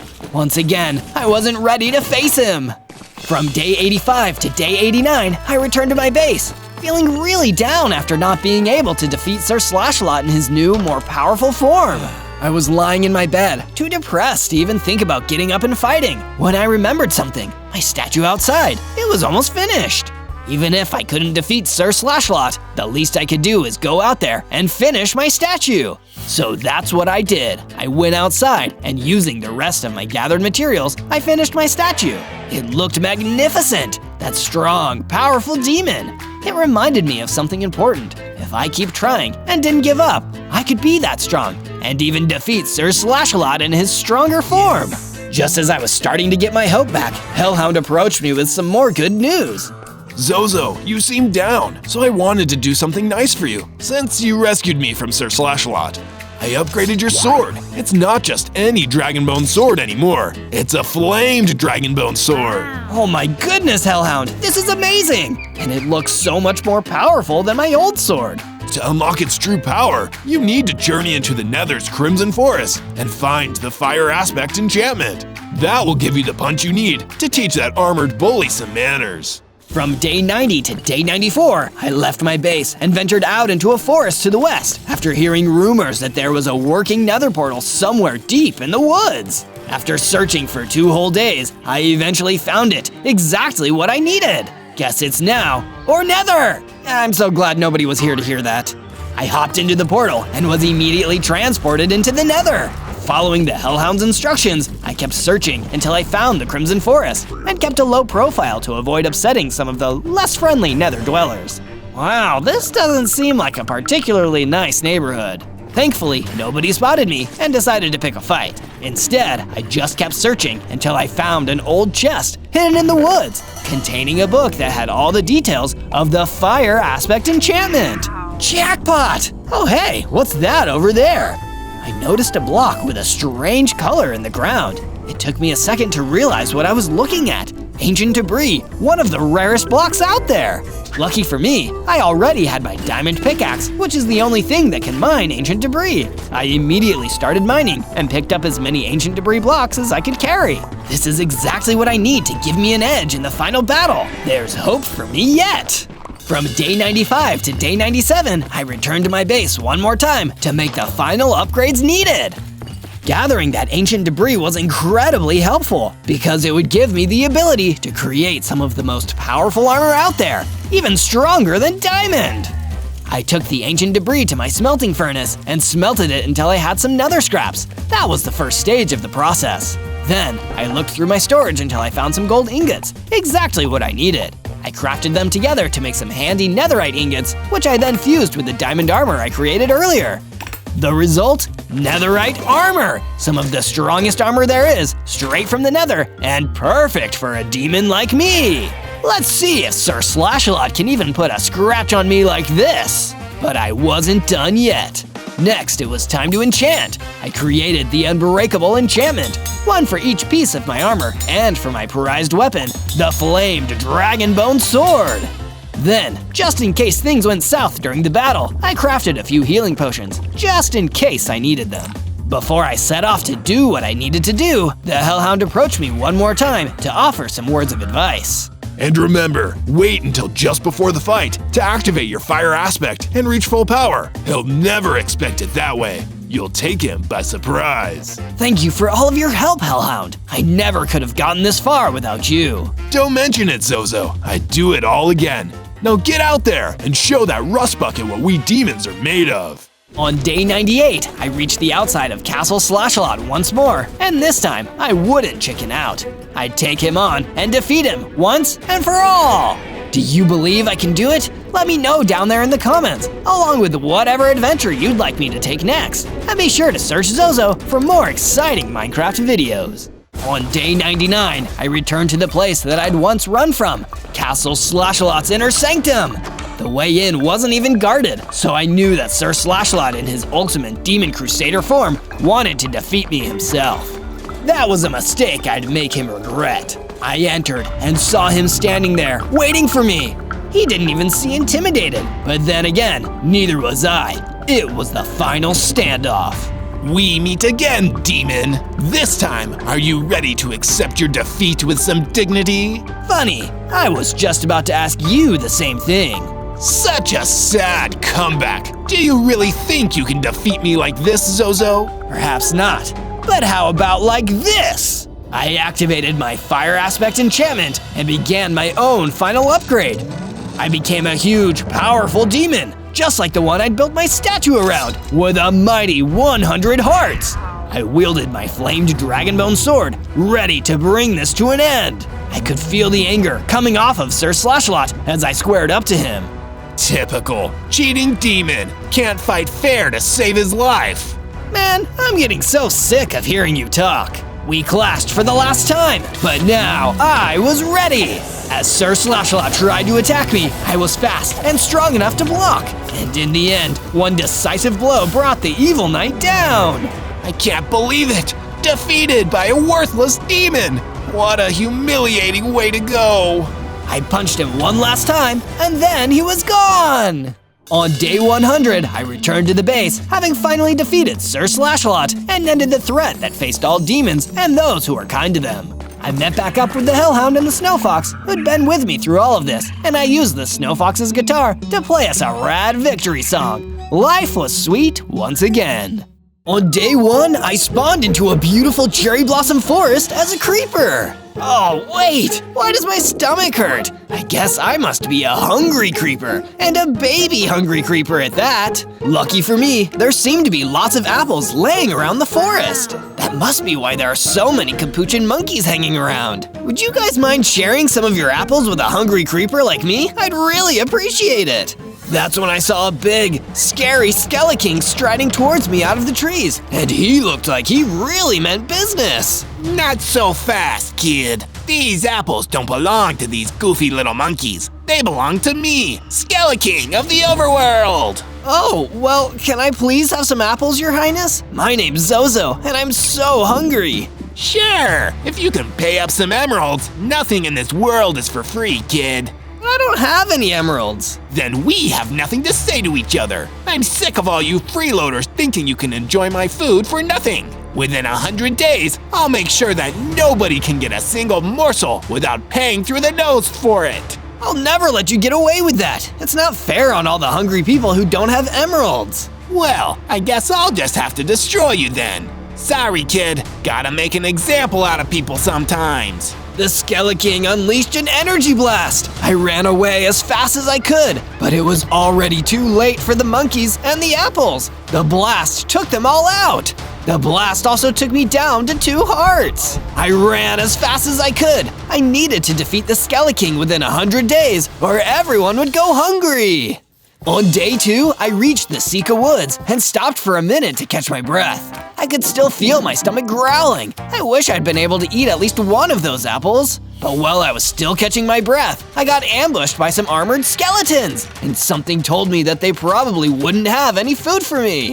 Hey, it's that freeloader the Skeleking told us about, boys. We'll teach him to try scrumping our Supreme Ruler's produce. Attack! The armored skeletons ran towards me, and all I could do was run away. It's not like I had a weapon, and even if I did, I probably would have been too hungry to fight. Eventually, I managed to lose them. Being in this world was already exhausting. And if I don't find a snack soon, I think I'm gonna pass out. That's when a cassowary approached me. From how slowly she walked over, it seemed like she was nervous. You're not with the Skeleking, are you? Gosh, no! I was just running away from him and his minions. I'm Zozo. What's your name? That's a relief. I'm Cassie the Cassowary. You look hungry. Come with me. I know someone who can fix you up some free grub. Thank you! That's the best news I've heard all day! On day 3, Cassie the cassowary took me to a cozy little cabin in the middle of Sika Woods. That's where I met the cabin's owner, a friendly straw golem named Stefan. My word, you poor little creeper. You're all skin and bones. How about I give you some of this nice bread? It's fresh out of the oven. Stefan gave me some tasty bread, and it helped fill up my hunger bar. A little bit anyway. Seems I really was a hungry creeper through and through. Thank you, Stefan. I really needed that. I don't understand why the Skeleking doesn't just let people eat when they're hungry. He'd make a lot more friends that way. Ah, Zozo. But you see, the Skeleking doesn't care about friends. All he cares about are jewels and riches. As a skeleton, he doesn't even need food. He just hoards it for his own benefit. That's awful. How can we stop him? We can stop him by fighting back and making sure all the hungry are fed without having to give in to the Skeleking's evil demands. Making a base would be a good start. Good idea. Thank you again, Stefan. We said our goodbyes to Stefan, and then Cassie and I set off deeper into the Sika Woods. It was time to start building a base. From day 4 to day 5, we started the construction project. Of course, before we could do anything else, we needed tools. That's why I broke down a tree and made myself a wooden pickaxe, which is good for only one thing, mining enough stone to make myself a full set of stone gear, including a stone pickaxe and a stone sword. Finally, I can deal some damage and start building a cool base. I used my pickaxe to harvest more stone and used a stone axe to chop down some more trees, giving me more wood to build with and more space for the foundation of my base. Looks like I'm getting the hang of this. Using all the materials I gathered, I started building a pretty basic starter base with a room for me, a room for Cassie, and a common area to hang out together. When it was done, Cassie and I took a second to appreciate it together. It's not much, but it's a start. I think it looks awesome, Zozo. But as you can probably expect, all this building worked up a real hunger. I did some more exploring until I found myself some delicious carrots to eat. What's up, Doc? And as soon as I ate the carrots, something amazing happened. I leveled up, getting bigger, stronger, and getting 9 hearts. Looks like I power up by eating. That must be why I'm so hungry. From day 6 to day 8, I decided I needed a change of scenery and traveled out to the Mojave Desert to search for more food. Suddenly, some text appeared. It was my stomach. You have generated 1 gunpowder? Well, would you look at that? I now actually have 1 gunpowder in my inventory. I guess it makes sense. I am a creeper after all. I explored for a bit until I was surrounded with hot desert sand all around. Las Vegas should be around here somewhere, and I've heard they have amazing all-you-can-eat buffets. I'm sure my stomach would like that. But I never found Las Vegas or any buffets. Instead, I found a little goblin named Goblo running towards me in a panic. Stranger, you have to help me. I'm being chased by a desert mummy. Oh no, don't worry, Goblo. Zozo's the name, and helping people is my game. Stand back! I charged in, leaving Goblo behind, while I searched for the desert mummy. It didn't take long for me to find him. He was running around the desert, trying to find Goblo. Instead, he found me. Let's battle, mummy. You should at least be picking on someone my size. The desert mummy attacked. He was one tough cookie, but thankfully, with my stone sword, I was able to get the edge. He dropped a cookie. Well, don't mind if I do. When the desert mummy was defeated, I returned to Goblo. Thank you, Zozo. You're a lifesaver. No problem, Goblo. Why was that desert mummy chasing you in the first place? Because I owed his boss, the skeleton jackal, some money. When he finds out you defeated the desert mummy, he'll probably just send another. Then we better go have a chat with this skeleton jackal personally. And I'm gonna need to break for lunch. From day 9 to day 10, I followed Goblo into the Red Rock Mountains, where he told me the skeleton jackal was waiting. You hang back, Goblo. I'll take care of this guy myself, then come back. Okay, Zozo. Here, take this slingshot. Maybe you can fling some stuff at the skeleton jackal. I wish you luck. I kept going until I found the skeleton jackal waiting for me. If you're not gonna forgive Goblo's debt, then I guess we're gonna have to fight. I loaded my slingshot with gunpowder and flinged it at him. To my disappointment, nothing happened. Oh well, I guess a good old stone sword will have to do. I charged in with my stone sword, expecting this to be an easy fight, like my battle with the desert mummy. But I was so wrong! It seemed like my attacks were barely doing any damage to the skeleton jackal. He was just too fast and strong. And to make things worse, he started throwing his javelins at me. Ouch, that hurts! I needed to get out of there. So I just turned and ran. I ran until the skeleton jackal was out of sight, then made my way back to Goblo, feeling hungry and ashamed. I'm so sorry, Goblo. I don't think I'm strong enough to take on the skeleton jackal yet. How about you come to my base to lay low? We'll figure something out. Yeah, that sounds like a good idea, Zozo. Thank you for helping me. From day 11 to day 12, I returned to my base with Goblo. Seeing as only Cassie and I had bedrooms at the moment, I needed to expand my base. I started adding a whole new room for Goblo to sleep in, connected to the common area. After building the room, I furnished it with a bed so Goblo could finally relax. How do you like your new room, Goblo? Yeah, it's amazing. Thank you, Zozo. I feel safe from the skeleton jackal and his goons here. Great! Hopefully it'll keep us safe from the Skeleking and his goons, too. Oh no, the Skeleking, he's like 100 times worse than the skeleton jackal. I've heard his troops have been going to anywhere that can produce and store food and trying to take it all over. But why? Almost everyone needs food, Zozo. So whoever controls the food controls the world. Then we better start producing and storing our own food, just to be safe. With that idea in mind, I started adding a new room to the base, just for storage. Once I built the room, I installed a few chests so we could store as much as possible. I also started mining around my base, finding some iron ore deposits that I could later smelt into ingots. But I was still hungry, and I couldn't just eat iron. So I started adding another new feature to my base, a little chicken farm, filled with some chickens I found around the Sika woods. The chickens would lay eggs and give me a steady supply of ingredients for cooking projects. My mouth is watering just thinking about it. From day 13 to day 15, I returned to my base and decided to have a much-needed chat with Cassie the cassowary. Cassie, I need your advice. How do you think I should go about getting strong enough to take on the Skeleking? Well, you told me that eating helps you grow and level up. Maybe you need to venture out further and try more exciting foods. The tropical rainforest might have what you're after. That's an amazing idea, Cassie. I took her advice and traveled out to the tropical rainforest. The journey actually made me even hungrier, but lucky for me, I was able to find some sweet berries that reduced my hunger a little bit. But this was immediately followed by a sudden ambush from the Spider Queen. Well, if it isn't Zozo, the hungry creeper. I expected you to be bigger. I'm working on it. It doesn't matter. The Skeleking sent me to eliminate you. And believe me, no matter how hungry you are, I'm hungrier. The Spider Queen will eat you alive. Without another word, the Spider Queen attacked me. It was a tough battle, but lucky for me, I was able to hold my own and turn the tables on the evil Spider Queen. When she was defeated, she dropped some cotton candy onto the ground. That is sweet! Get it? Because it's candy? Sorry, that is a bad joke. I ate the cotton candy and immediately felt myself growing again, just like Cassie had told me. I was bigger, stronger, and now I had 14 hearts. From day 16 to day 19, needing a break from all the dense woods and forests, I decided to take a stroll through the beautiful rose fields. While exploring, I got hungry and decided to eat some bread from Stefan the straw golem that I'd kept in my inventory.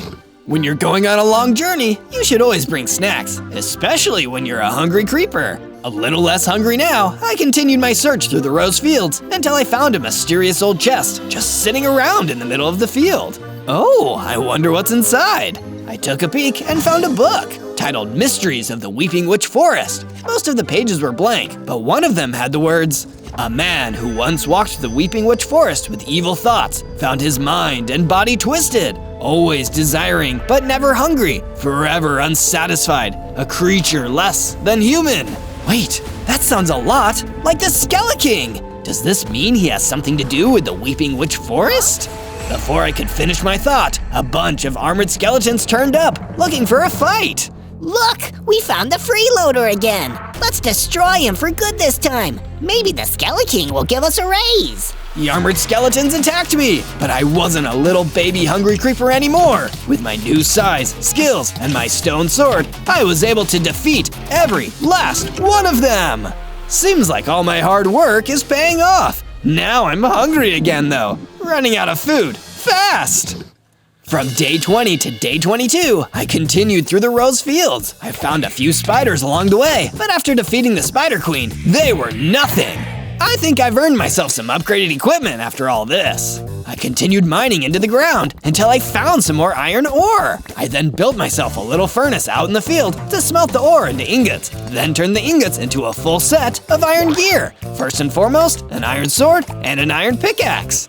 I think I'm finally strong enough to settle an old score now. With Goblo's debts in mind and my hunger nagging at me again, I made my journey back to the Red Rock Mountains, where the skeleton jackal was once again waiting for me. Ready for a rematch, friendo? The skeleton jackal attacked, but this time I was a lot bigger, stronger, and faster than before, and I had way better weapons. It didn't take me long to defeat the monster, and in doing so, clear all of Goblo's debts. It feels good to help. Now if only it made me less hungry. While I was feeling sorry for myself, the Skeleking himself suddenly appeared, walking right up to me. With him there, I certainly didn't feel as confident as I did before. Been enjoying all the free snacks, you sad little mooch? You've been eating on borrowed time, Zozo. You owe me, and I always collect on what I'm owed. I don't understand you, Skeleking. I read that you were a person once, before you lost your humanity. Why do you want all this money if you don't even need to buy food with it? To need is weak, and to want is powerful, Zozo. What you have is hunger. It's a sign of your low status. What I have is ambition. Perhaps someday you'll understand that, but I don't expect you to live that long. Mark my words, your days are numbered. And with that, the Skeleking disappeared, and I was alone in the Red Rock Mountains with a grumbling stomach once again. From day 23 to day 26, I tried to ignore my grumbling stomach as I returned to my base. I really wanted a snack, but first I had to give Goblo the good news. I found him chilling at the fireplace. Hey, Goblo, guess what? What is it, Zozo? I took care of that skeleton jackal, so he won't be sending his goons after you anymore. That's amazing. Thank you so much for your help. No problem. Now we don't have to worry about any more of those creeps coming after you. Next, I decided to gather materials that would help me improve my base. Also, I wanted to see if I could rustle up another snack. Some stone blocks. I can use these to build a stone wall around the base and keep the bad guys out. I gathered the stone, as well as some coal which I unearthed, and got to work building a wall around my base. That looks great! Super secure. But I want to make sure I can see what's going on out here while I'm inside. I know, I'll add some windows. After carrying all that stone, putting in a few windows was a snap. Phew, that really made me work up an appetite. I wandered out into the woods to see what I could find, and suddenly I spotted a tree filled with what I like to call yellow gold. Bananas! This is the best day I've had so far.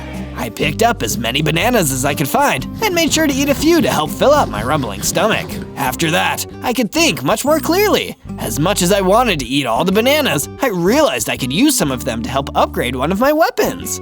I know, I'll fuse these with my sword and make a banana sword. No, a banana katana. Hey, that's pretty good. Maybe once the Skeleking is defeated, I'll get into comedy. It tastes delicious. I just gotta make sure I don't cut my tongue while eating my katana. From day 27 to day 31, I was getting restless hanging around the base. Having no more bananas to eat, it was time to head out and explore a new area to see what snacks I could find. My journey took me all the way out to the ice spikes. I wish I'd worn a coat, but I've got my sense of adventure to keep me warm. Plus, it was pretty hard to focus on being cold when I was so hungry. As I was walking, I came across some diamonds. Whoa, I can't believe these are out here. I'll grab them and take them home with me. Then, I saw something amongst the ice and the bushes and rushed toward it. Maybe it's something I can eat. But as I got closer, I realized it was just a mungus. Oh, sorry to bother you. No bother at all. I was hoping someone would come along to help me. I took a stroll away from my home in the mushroom fields, and I'm afraid I'm hopelessly lost and getting colder by the second. Well, you can warm up at my base if you want. Follow me there. Oh, thank you. Please, take these cookies as a token of my thanks. Sweet. Yes, exactly.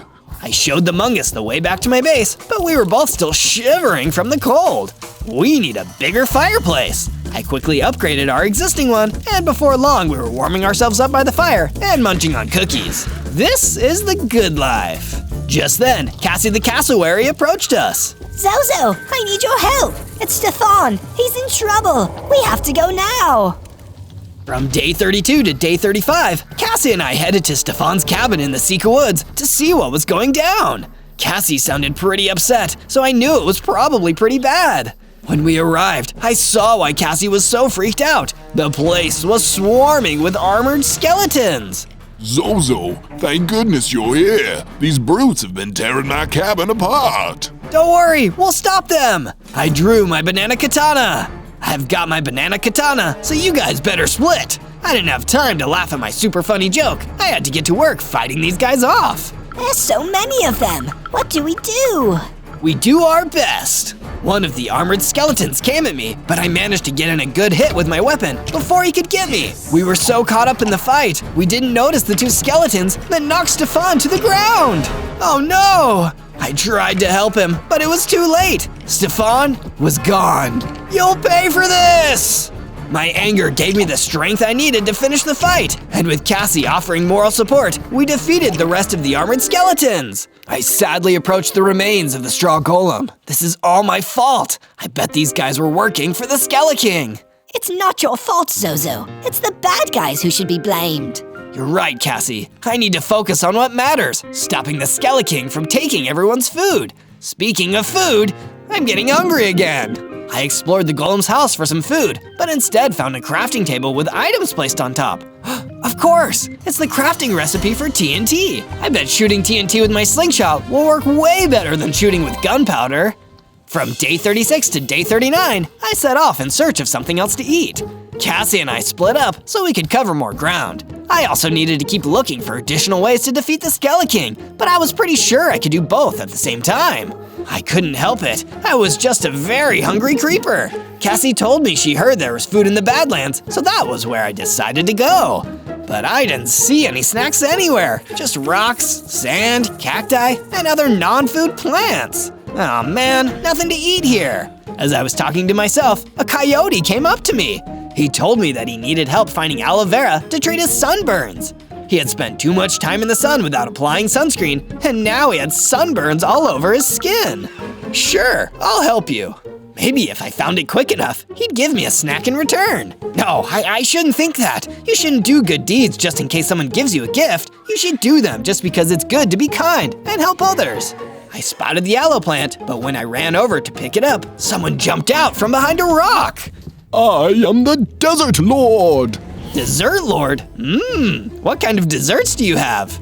Not dessert, you fool! Desert! This is my domain, and everything in it belongs to me, including that aloe plant. Begone! No can do, buddy. That aloe is required by someone else. Then you must duel me for it. Works for me. I ran toward the Desert Lord and fought him with my banana katana. The duel didn't take very long because my katana broke. What was I thinking? It's made from bananas. Of course the durability is non-existent.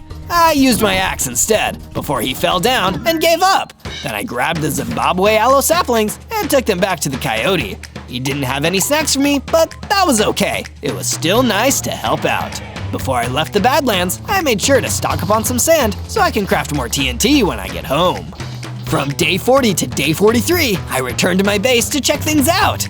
This place is missing something. I know, we need some banners and some bookcases. I quickly got to work adding them. When I was done, I took a look at my new and improved base. Much better. That's when Goblo approached me. Zozo, could I ask for a favor? Sure thing, Goblo. What's up? I'm pretty lonely here without any other goblins. Think I could invite some of my gob friends to stay with us for a while? Sure, let me just make them some rooms. I added some extra rooms to the base so Goblo's buddies would have somewhere to stay. It was starting to look like a hotel. All done, go ahead and invite your friends. While Goblo and the Gobs settled in, I crafted as much TNT as I could. I have enough gunpowder for only 3? Come on, Stomach, you can do better than that. Start making more gunpowder. At least I could craft myself a diamond sword to replace the good old banana katana. My thoughts turned to food again, but my thoughts were interrupted by one of my latest guests, the Mungus, coming over to me with a quest. Hey, Zozo, I have a quest for you. Sure, what is it? I need you to go to the underground mine for me. There is an Anubis there who has been terrorizing my family and keeping them from mining there. I don't like bullies. You've got it, Mungus. I'll make sure he leaves your family alone. From day 44 to day 49, I traveled to the location of the underground mine to look for that Anubis who was giving Mungus so much trouble.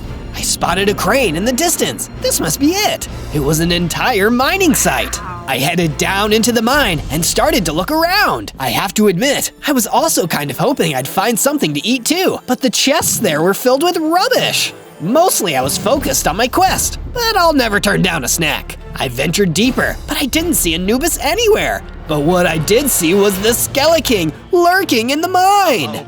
Hey, you've gotten bigger since I last saw you. What did I tell you before, Zozo? No more free snacks.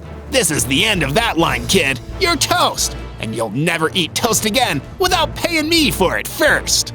You're terrible. You let your greed consume everything you do, and then you act like we're all greedy for wanting the smallest things. It's not fair. Life isn't fair. You're either a winner or a loser. Get used to it. And speaking of losing, get ready to lose a fight with one of my best minions. Ha ha ha ha ha! He let out an evil laugh, then ran out of the mine, leaving a terrifying ghost miner behind. I had to be brave, even if I was scared. Whatever, I ain't afraid of no ghost. But when he rushed at me, I could tell he was really strong, and this wasn't going to be an easy fight. From day 50 to day 53, I worked hard to bust the ghost miner and get out of the underground mine alive. I was a little bit worried because I couldn't damage him. My punches went straight through him. And his pickaxe did loads of damage. But it dawned on me, I should blast him away with my TNT. I loaded up my slingshot and kaboom! The ghost was literally blown away. Haha! I managed to win after all! As I was looking around the mine after the fight, I saw a chest in the distance. I checked inside. A golden apple! Can I eat this? Only one way to find out. Turns out, I could eat it. And not only was it tasty and gave me some nice buffs, but it gave me some secret knowledge. Suddenly, I knew something else about the Skeleking. So he's hiding all the food he takes in chests at his base. If only I knew where his base was, I could return all the food to the people that need it. That's great! Now I just have to find out where he's hiding and get big and strong enough to stand a chance in a fight with him too. From day 54 to day 57, I climbed deeper into the mine. I couldn't go back to my base until I found that Anubis. After all, I gave Mungus my word that I would complete his quest. Well, all of a sudden, it looked like I would still get the chance because a great big tough Anubis came bolting out at me. Ah, bad dog, bad dog! He knocked into me and it hurt, but I was still alive and I was still strong enough to fight back. I ran back at him and managed to defeat him, even though he was bigger and badder than me. Oh hey, he dropped something. Suspicious stew. Awesome! I didn't care how suspicious it was. I was starving. I slurped it up and felt myself grow bigger and stronger with 18 hearts now. With my quest complete, I headed back to the base to give Mungus the good news.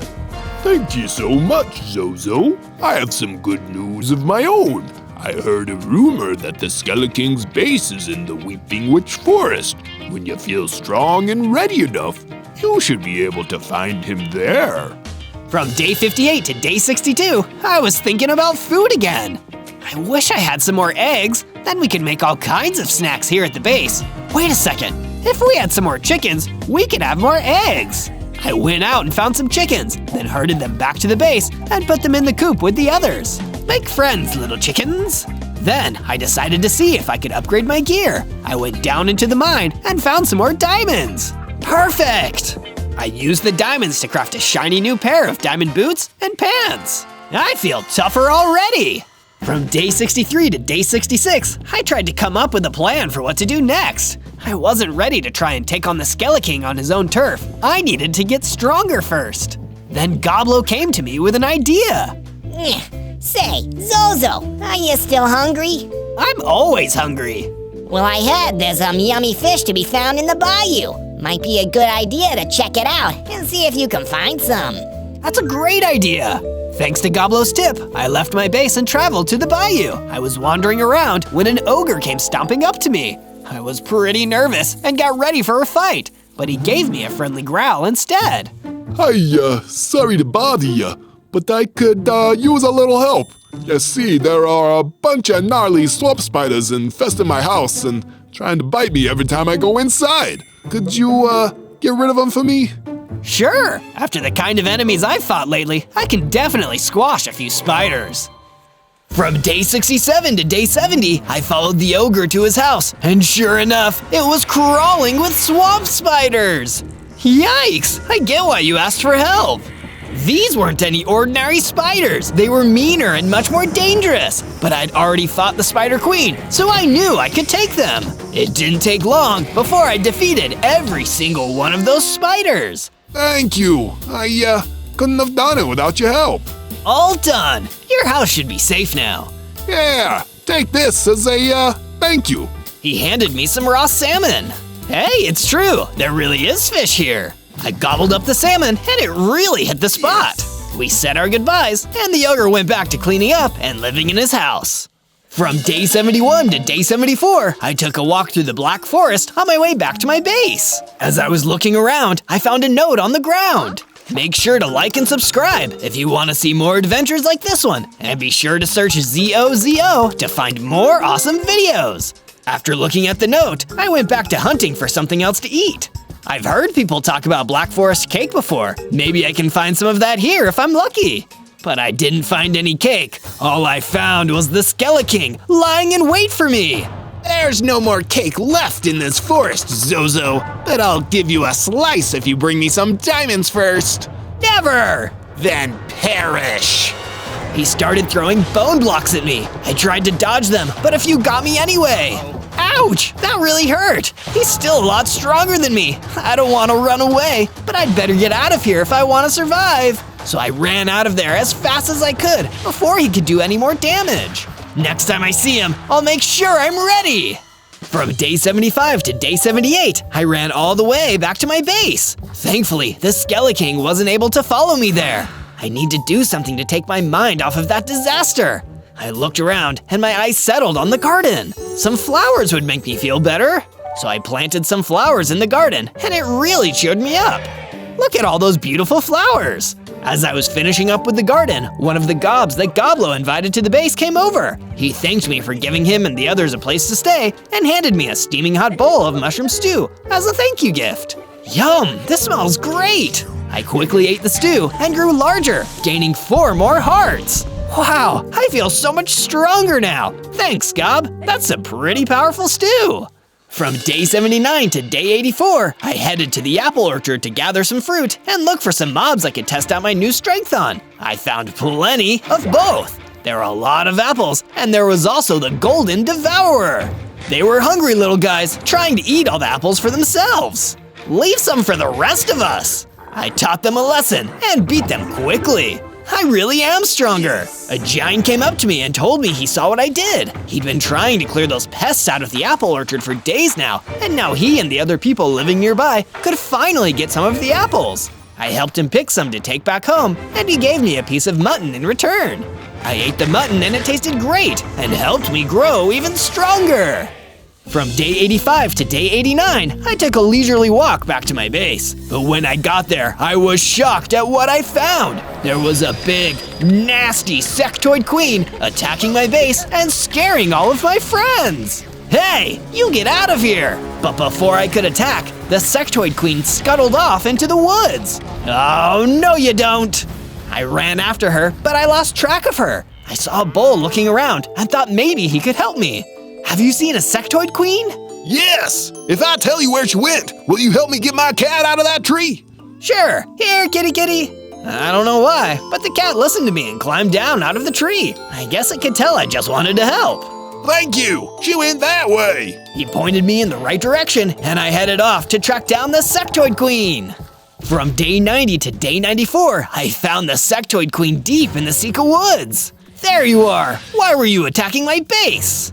Just following orders from the Skeleton. He sent me after a little newt who's been hoarding snacks without paying for them. When I couldn't find you, I decided to tear apart your house to teach you a lesson. You shouldn't have done that. Now, I'll teach you a lesson. You can try. I attacked with my sword, but it was a much harder fight than I expected. Uh-oh, she's really strong. This isn't gonna be easy. The queen seemed to back off and started digging a tunnel into the mountain. I was hurting, so I didn't follow her immediately. Instead, I gathered some berries to replenish my hunger and health before continuing the fight. From day 95 to day 97, I went into the tunnel which led to a dripstone cave where the queen was waiting. I charged her and kept on fighting the sectoid queen. She started spawning regular-sized ants around her. Sure, they were small, but they still bite. I was getting pretty tired, and I was worried I might not make it out of this one. Might as well give up now. You'll never be a match for the Skeleton. That taunt gave me the inspiration I needed to finish up the fight. That is it. No more playing around. Taste the power of TNT. I shot a TNT charge up into the dripstone, and it fell right on the sectoid queen. She was done for. Wow, that was a tough one. I saw that the sectoid queen had dropped a throwing axe, and I picked it up. Wow, this is a great weapon. It'll help me a lot. There was an inscription on the handle reading, "Property of the Skeleton." I guess this used to be his throwing axe. Well, he took a lot of things from people who need them, and then he was careless with his own weapon? Finders keepers, I guess. I'll use this to defeat him once and for all. Before I left, I made sure to mine up all the diamonds that were in this cave. This will be just enough diamonds to finish my diamond armor set. On day 98, I took my new throwing axe back home to my base, and to my surprise, my friends fixed up the house back to the way it was before. I started preparing for the final battle. First, I made the rest of my diamond armor. There, now I am well protected. Next, I crafted as much TNT as I could. Thank you, stomach. This gunpowder will be used for good. Now I finally felt ready to take on the Skeleton and return the food to the hungry masses. But first, Cassie approached me. Zozo, I'm glad I caught you. I brought you this pineapple to help you get your strength up before your battle. I ate the pie and changed my form into a mutant creeper. Now I look really mighty. I gained even more hearts, up to 40 now. What was in that pineapple? I don't know, but now you can definitely defeat the Skeleton. Then came Goblo. Yeah, thank you for saving my life, Zozo. You've done so much to help so many people, and I just know you'll be the one to free us from the Skeleton. Thank you, that means a lot.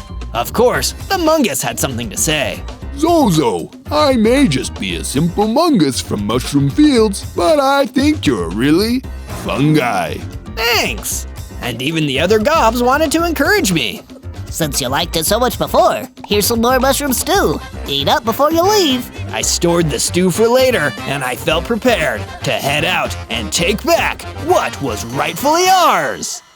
On day 99, I started on my trek to the Weeping Witch Forest, where the Skeleton's base was. At first, I wasn't sure where exactly his lair might be, but a bubble parasite pointed me in the right direction. You can do it, Zozo. Thanks, pal. When I arrived at the base, I saw an armored pillager guarding the entrance. How am I gonna get past him? For a second, I thought my plans were doomed, until the ogre came running out of the woods. Let me handle him. You take on the Skeleton. Ogre, you're here! You didn't think I'd leave you without any backup, did ya? I can handle the zombie. You head on inside. On day 100, I ran straight into the Skeleton's base. With no more minions to protect him, he would have to fight me himself, one-on-one. Come on out and face me. It's time for you to be the one who pays. He emerged from his lair at the sound of my taunts. I'm not paying for a thing. You don't know what you're messing with, little creeper. I'm not so little anymore. No, I guess not. You've gotten strong on stolen snacks. Snacks you should have given me emeralds in exchange for. You can't make people pay you for food. It belongs to everyone. Enough talk. I've had enough of your chatter. I'll shut you up once and for all. You know what? I'm still hungry, and there's only one thing that would hit the spot right now. Justice. And with that, I sprang into action and charged at the Skeleton, dealing him a powerful blow. but he was not taking any damage. He had some sort of purple magic protecting him. That's when I noticed purple crystals in the watchtowers. That must be what is protecting him. Just like when you fight the Ender Dragon, I needed to get closer to them. I managed to sprint into his house. I searched for a lever to deactivate the towers, but saw nothing, just his bed and his throne. He did have TNT on display. That is it. Who needs a lever? I can just shoot TNT at the crystals. I had no time to waste. The Skeleking came into the house and landed some good hits on me. I ran to the first tower and launched TNT right into the crystal. The Skeleking didn't seem to like that explosion. I ran to the next tower while Skeleking chased me. Soon the second tower was also down. Just one more. The Skeleking almost caught up to me, but he was too late. I successfully destroyed all the crystals and his magical protection had disappeared. He stepped back, injured. No, you're weak. You're tiny. I own you. I own everyone. Everything. Maybe you did own everything, but I'm here to take it all back. I threw my throwing axe as hard as I could, and it hit, knocking him out. And that was that. The Skeleking had been dethroned. Time to take all of this food and get it back to the people who need it. In that moment, I didn't feel hungry anymore, and I knew that as long as I had anything to say about it, no one in the world would ever go hungry again. On day 1, I spawned into the alien fields as Pikachu, the world's most iconic Pokemon. Pikachu! Pikachu!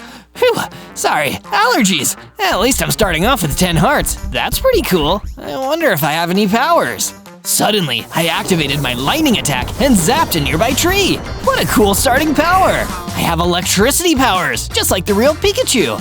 This is gonna be so much fun. But how come I'm the only Pikachu here? Are there any others? But instead of other Pikachu, I saw a big, scary Enderman wandering towards me. Whoa, a real Pikachu. I thought Broden was just bluffing, but he really did manage to conjure us a Pikachu. How exciting! Broden? What are you talking about? I'm Zozo. I just got here. What? It can talk? Gross. That's weird. Broden isn't going to be happy with a defective Pikachu. I better destroy you.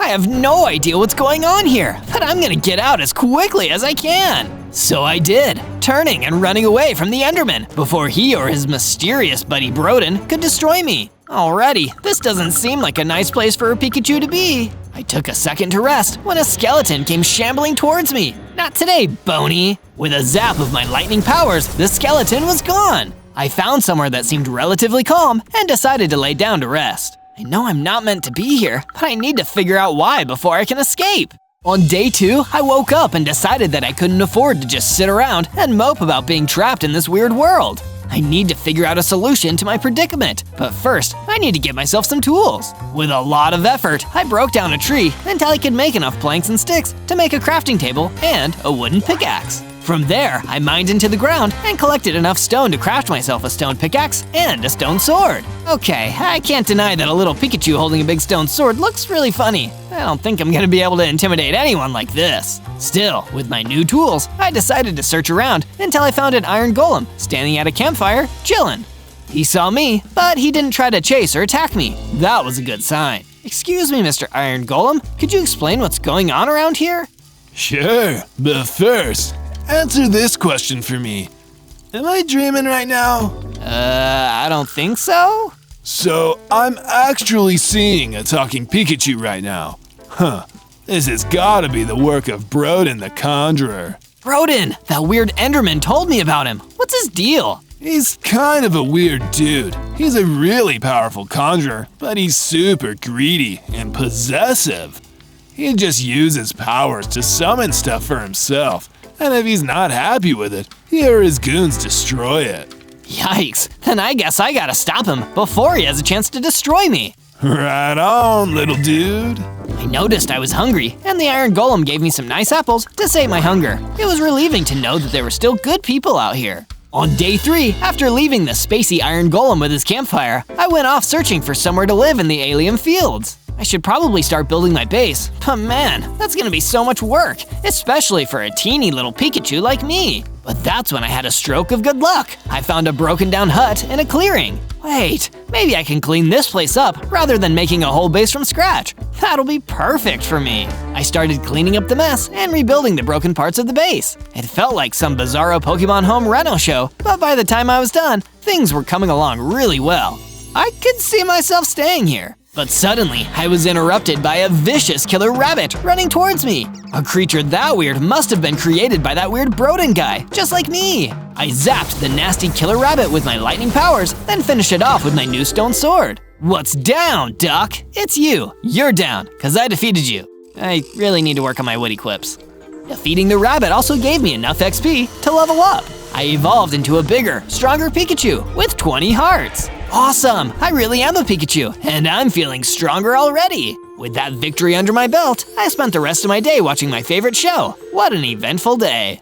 From day 4 to day 5, I ventured back into the depths of the alien fields to collect more materials for expanding my base. Electricity-based attacks may be what I'm known for, but it turns out I'm a master carpenter. Who knew? While collecting more stone and chopping down more wood, I heard a rustling and stopped. I turned and saw the same long, lanky Enderman who'd hassled me when I first spawned. Oh no, not you again!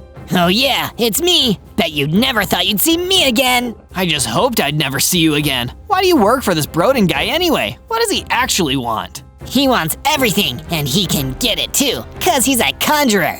Get it? He conjures stuff, and he also conjures things for his friends, like me. Then why does he want to destroy me? If he can just make himself another Pikachu, can't he just let me go? He's a perfectionist. If Broden can't have exactly what he wants, he'll destroy everything. That's why I need to destroy you now. The time for talk was over. I fired a lightning strike at the Enderman, and he fought back. It was a tense battle, but this time I wasn't running.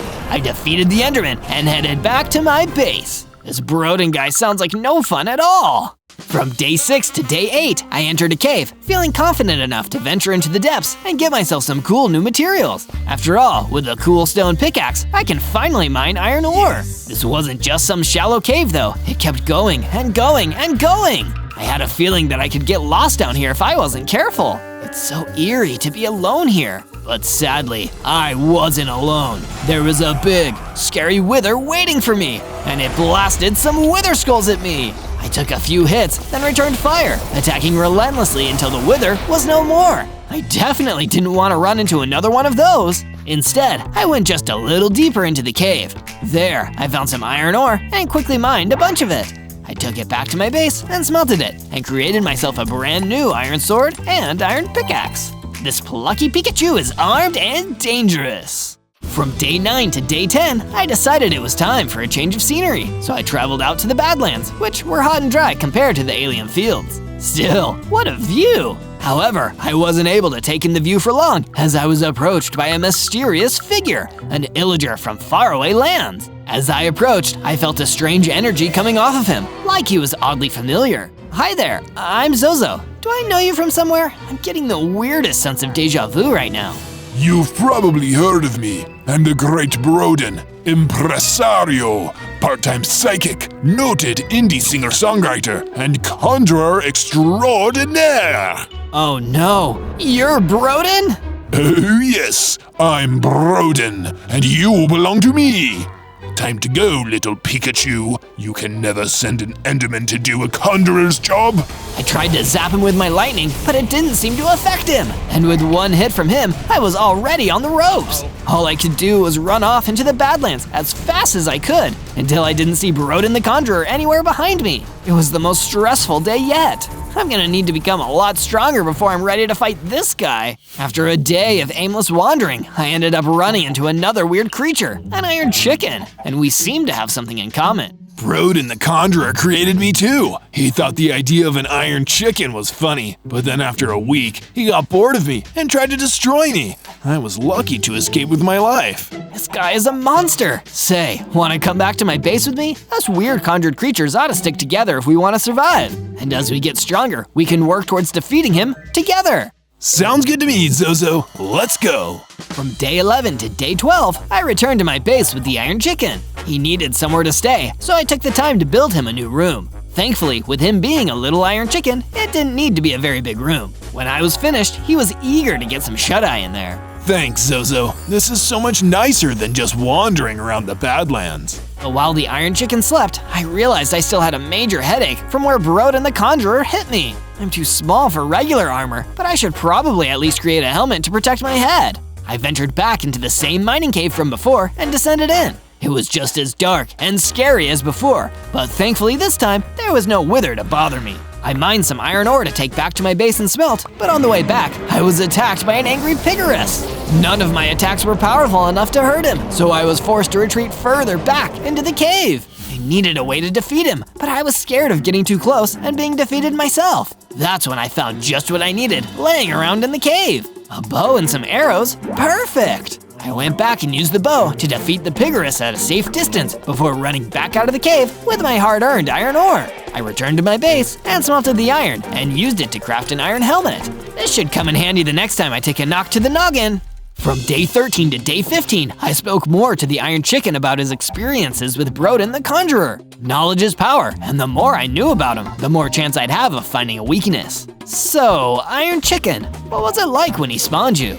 Well, just like you, I spawned in out of nowhere, and Broden was waiting for me. At first, he seemed so nice and kind and happy to see me. He was a little kooky, but honestly, I liked him. But little by little, over time, I could tell something was off. And one day, he attacked me and tried to destroy me, just because he was bored of me. He's incredibly powerful, so if I hadn't moved quickly like I did, I would have been doomed. He's kind when he wants you, and unimaginably cruel when he doesn't. I can only imagine some of the scary things he's conjured over the years. After hearing the Iron Chicken's story, I felt a chill go down my Pokemon's spine. If he was really that powerful, how could I have any real chance of defeating him? Especially at my current strength level. I'm kind of beginning to wish I hadn't asked now.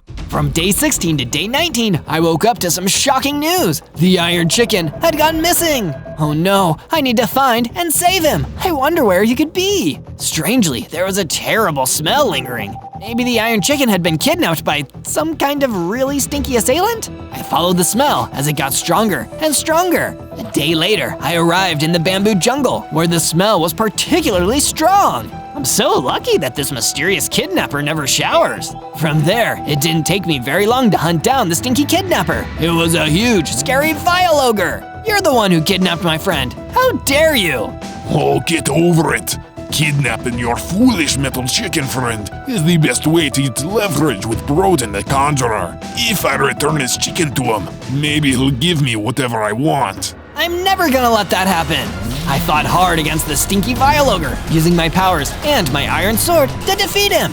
Soon enough, only I remained. This gave me enough XP to level up and evolve again, getting bigger, tougher, going up to 30 hearts. Every day, I'd get a little bigger and tougher. Then, the Iron Chicken ran out from behind the bamboo. Zozo, that was amazing! I was watching you from behind the bamboo. Thanks for saving me from that stinky weirdo. No problem, Icy. Head back to the base. We'll talk again later. I'm gonna keep exploring the bamboo jungle. The Iron Chicken left, and I continued looking around. It was a nice, calming place. Bamboo is one of the fastest growing plants. That's something to aspire to. Over the course of the journey, I ran into a pair of aggressive skeletons. Without any hesitation, I used my lightning to take out the two bony fiends. And shortly after those two were gone, a genie floated out towards me. Good work defeating those skeletons, Zozo. They were really spoiling the view. Wait, how do you know my name? I know many things. I also know of your quest to defeat Broden the Conjurer. I may have some information that will help you along the way if you'll hear me out, little Pokemon. Of course, please, tell me more. A special food item. One that will give you the power you need to surpass the Conjurer. The Dynamax Candy. Dynamax Candy? But where can I find it? I'm afraid I've said too much already. Good luck, Zozo. May we meet again someday. And with that, the genie left, and I was left alone again. I need to find that Dynamax Candy somehow. From day 20 to day 22, I returned to my base to find some skeletons waiting for me. They must have been angry at me for taking out their skeleton buddies back in the bamboo jungles. The skeletons attacked, but now I was strong enough to pretty easily defeat them all. I returned to my room to relax. Iron Chicken came in to talk to me. You wanted to see me, Zozo? Yeah, I've had an idea for a statue, something we can build to help inspire us. I know just the thing. Iron Chicken was so eager to get started that he went off to begin while I was still resting. By the time I left my room to take a look, he'd already made some amazing progress. This looks incredible, Iron Chicken.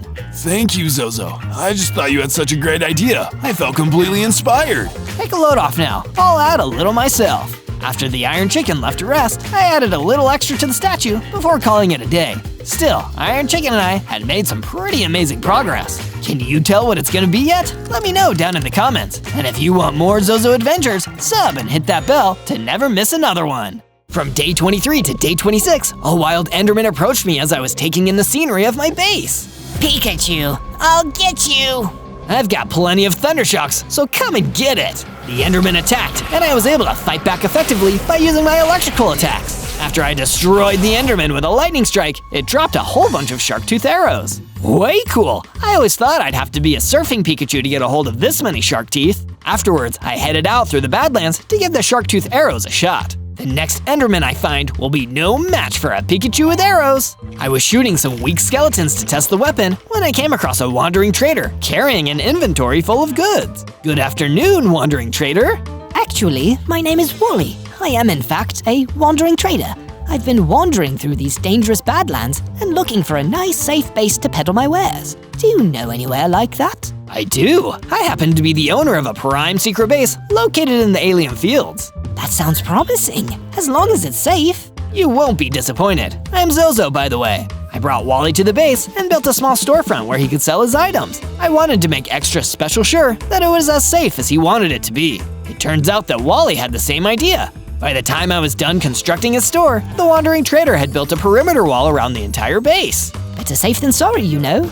You got that right. From day 27 to day 31, I talked a bit more with Wally the Wandering Trader. I figured someone as well-traveled as him would probably know many things about the world that my Pikachu self wouldn't. Ask me anything you wish, Zozo. Information is free of charge. Have you ever heard of a special food item called the Dynamax Candy? The Dynamax Candy?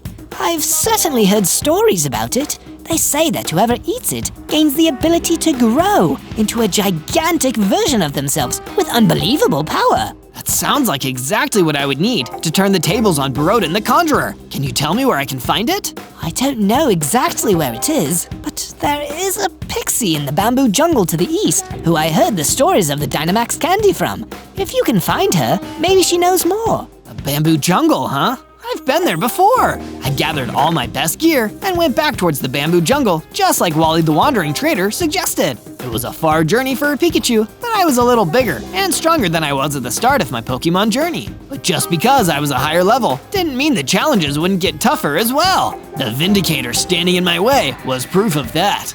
Not so fast there, Pikachu. You may be one of the world's most famous mice, but you're not getting past me. I guess you're not a Poke fan. Oh well, if you're gonna fight me, then I'm gonna win. Thunderbolt! I used my lightning strike to make a first impression, then hit the Vindicator several times with my iron sword. He tried to fight back, but my attacks were much faster. Ouch!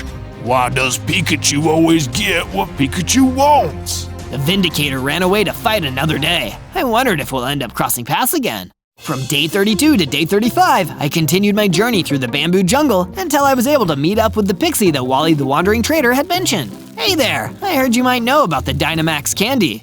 Oh, wow, you're a Pikachu. I'm a huge fan. I never thought I'd meet you in person. Well, in Pixie. Thank you, that's very nice. But I was hoping you could tell me about the Dynamax Candy. Yeah, I know all about it. Can I have your autograph first? I feel like this conversation is going in circles. While I was trying to get more specifics out of the Pixie, we were interrupted by the sudden appearance of Borodin the Conjurer. That's my Pikachu. Go make your own. Besides, it's a defective Pikachu anyway. I'm here to destroy it, so I can make a better one. Both of us ran for cover to hide from him. Once I was hidden, I noticed that the Pixie was also in my hiding spot. It's too dangerous. You should get away from here while I distract him. No way. He just said he wanted to destroy you. That's a really rude thing to do to anyone, especially a Pikachu. I'll be fine. I've gotten away from him before. You should go to my base. We'll talk about the Dynamax Candy there. I get to go to Pikachu's base? Woohoo! If you make it back there, I'll tell you everything I know about the Dynamax Candy. Pixie flew away, leaving the area of the battle. Without having to worry about her safety, I could escape Broden the Conjurer on my own. Come out, Zozo! I'm going to destroy you! You'll have to catch me first! I fired a few lightning strikes at him to confuse him and ran for another hiding spot. Broden began to follow me, so I used a lightning strike on a different block of bamboo jungle to confuse him. Where are you hiding?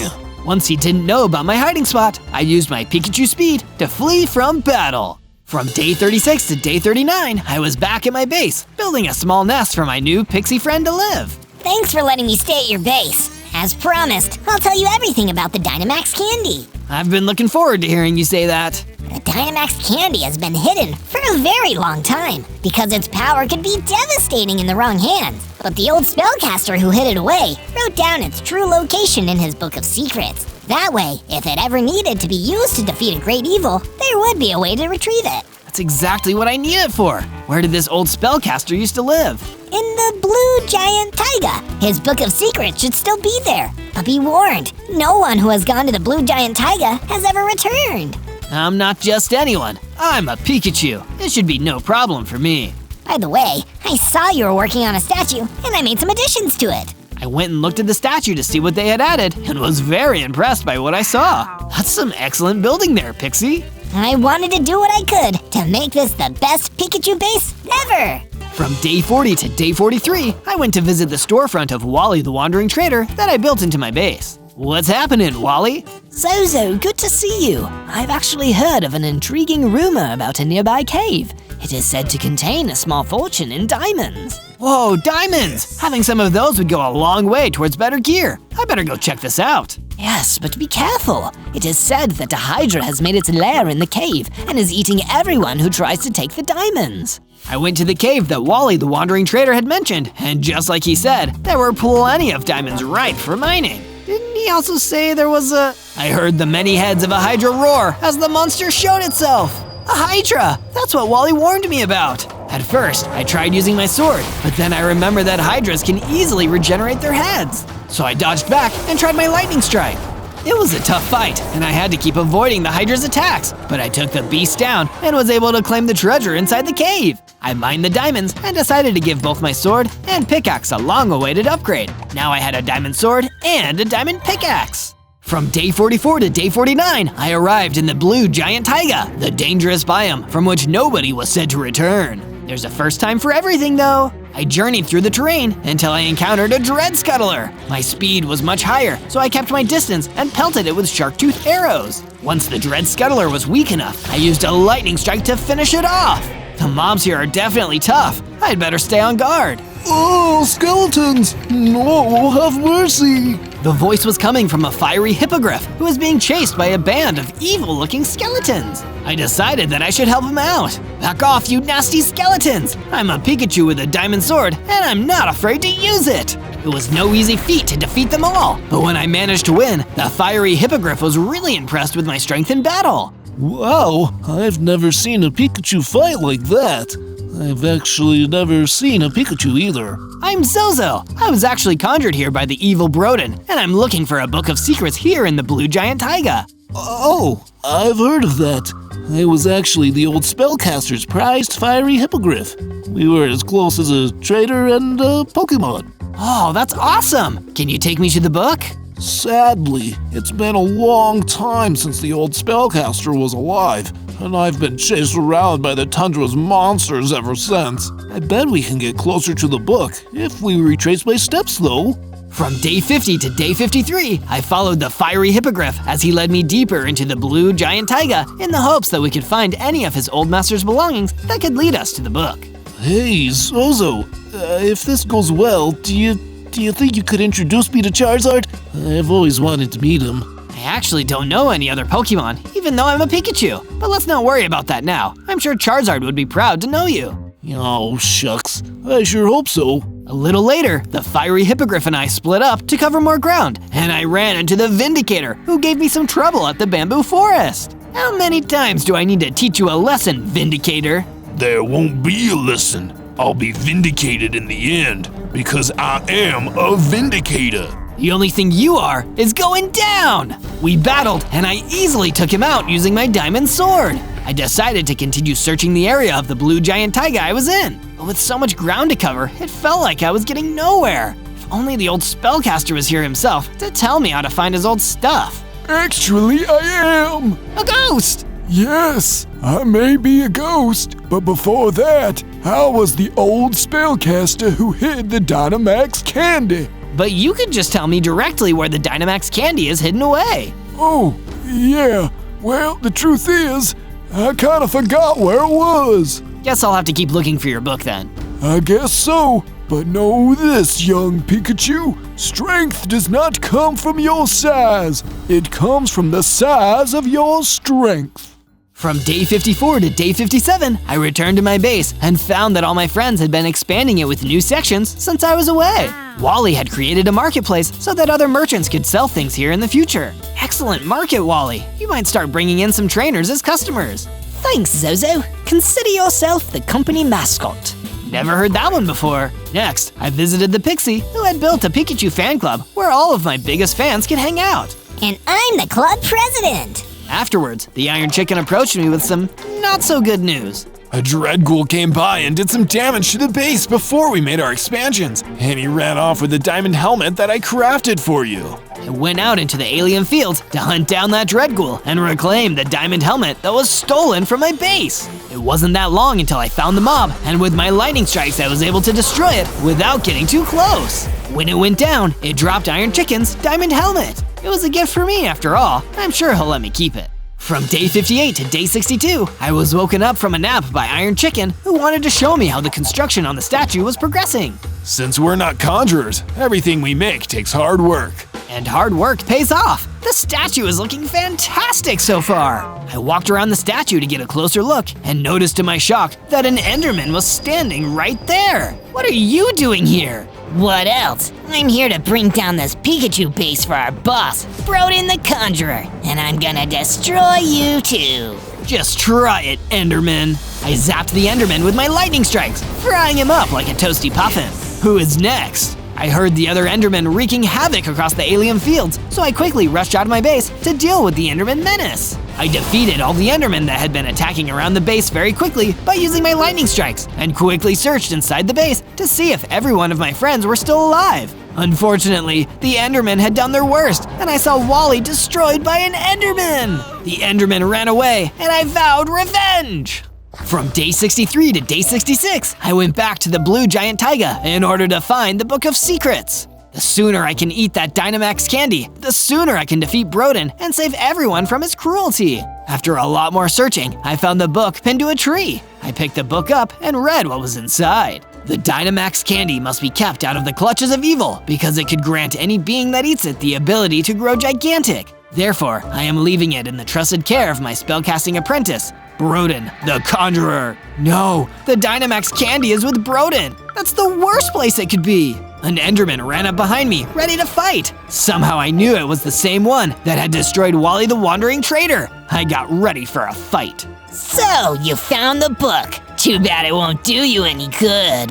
I learned plenty, Enderman, and I'm not scared of you or your boss. How adorable. Now suffer like your friend did. The Enderman attacked me with his long arms, so I countered with my diamond sword. I knew agility would be the key to winning this fight, so I circled around him and landed hit after hit. This is for Wally!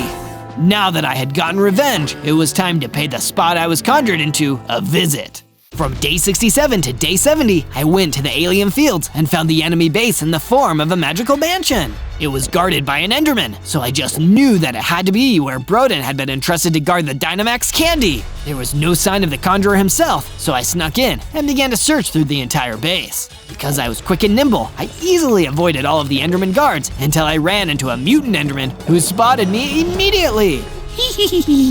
You can't hide from me, you defective Pikachu. I'm going to do what the others couldn't and destroy you once and for all. The mutant Enderman's attack were much stronger than the ordinary kind. If I didn't have my diamond helmet, I would have already been down for the count. I was losing hearts fast, and my electric attacks were barely doing anything to him. This is what my shark tooth arrows are for. I switched my bow and hit the mutant Enderman with a bunch of arrows. Then I attacked with my diamond sword. Now I see why Broden has been having so much trouble with you. Don't take me lightly just because I'm a Pikachu.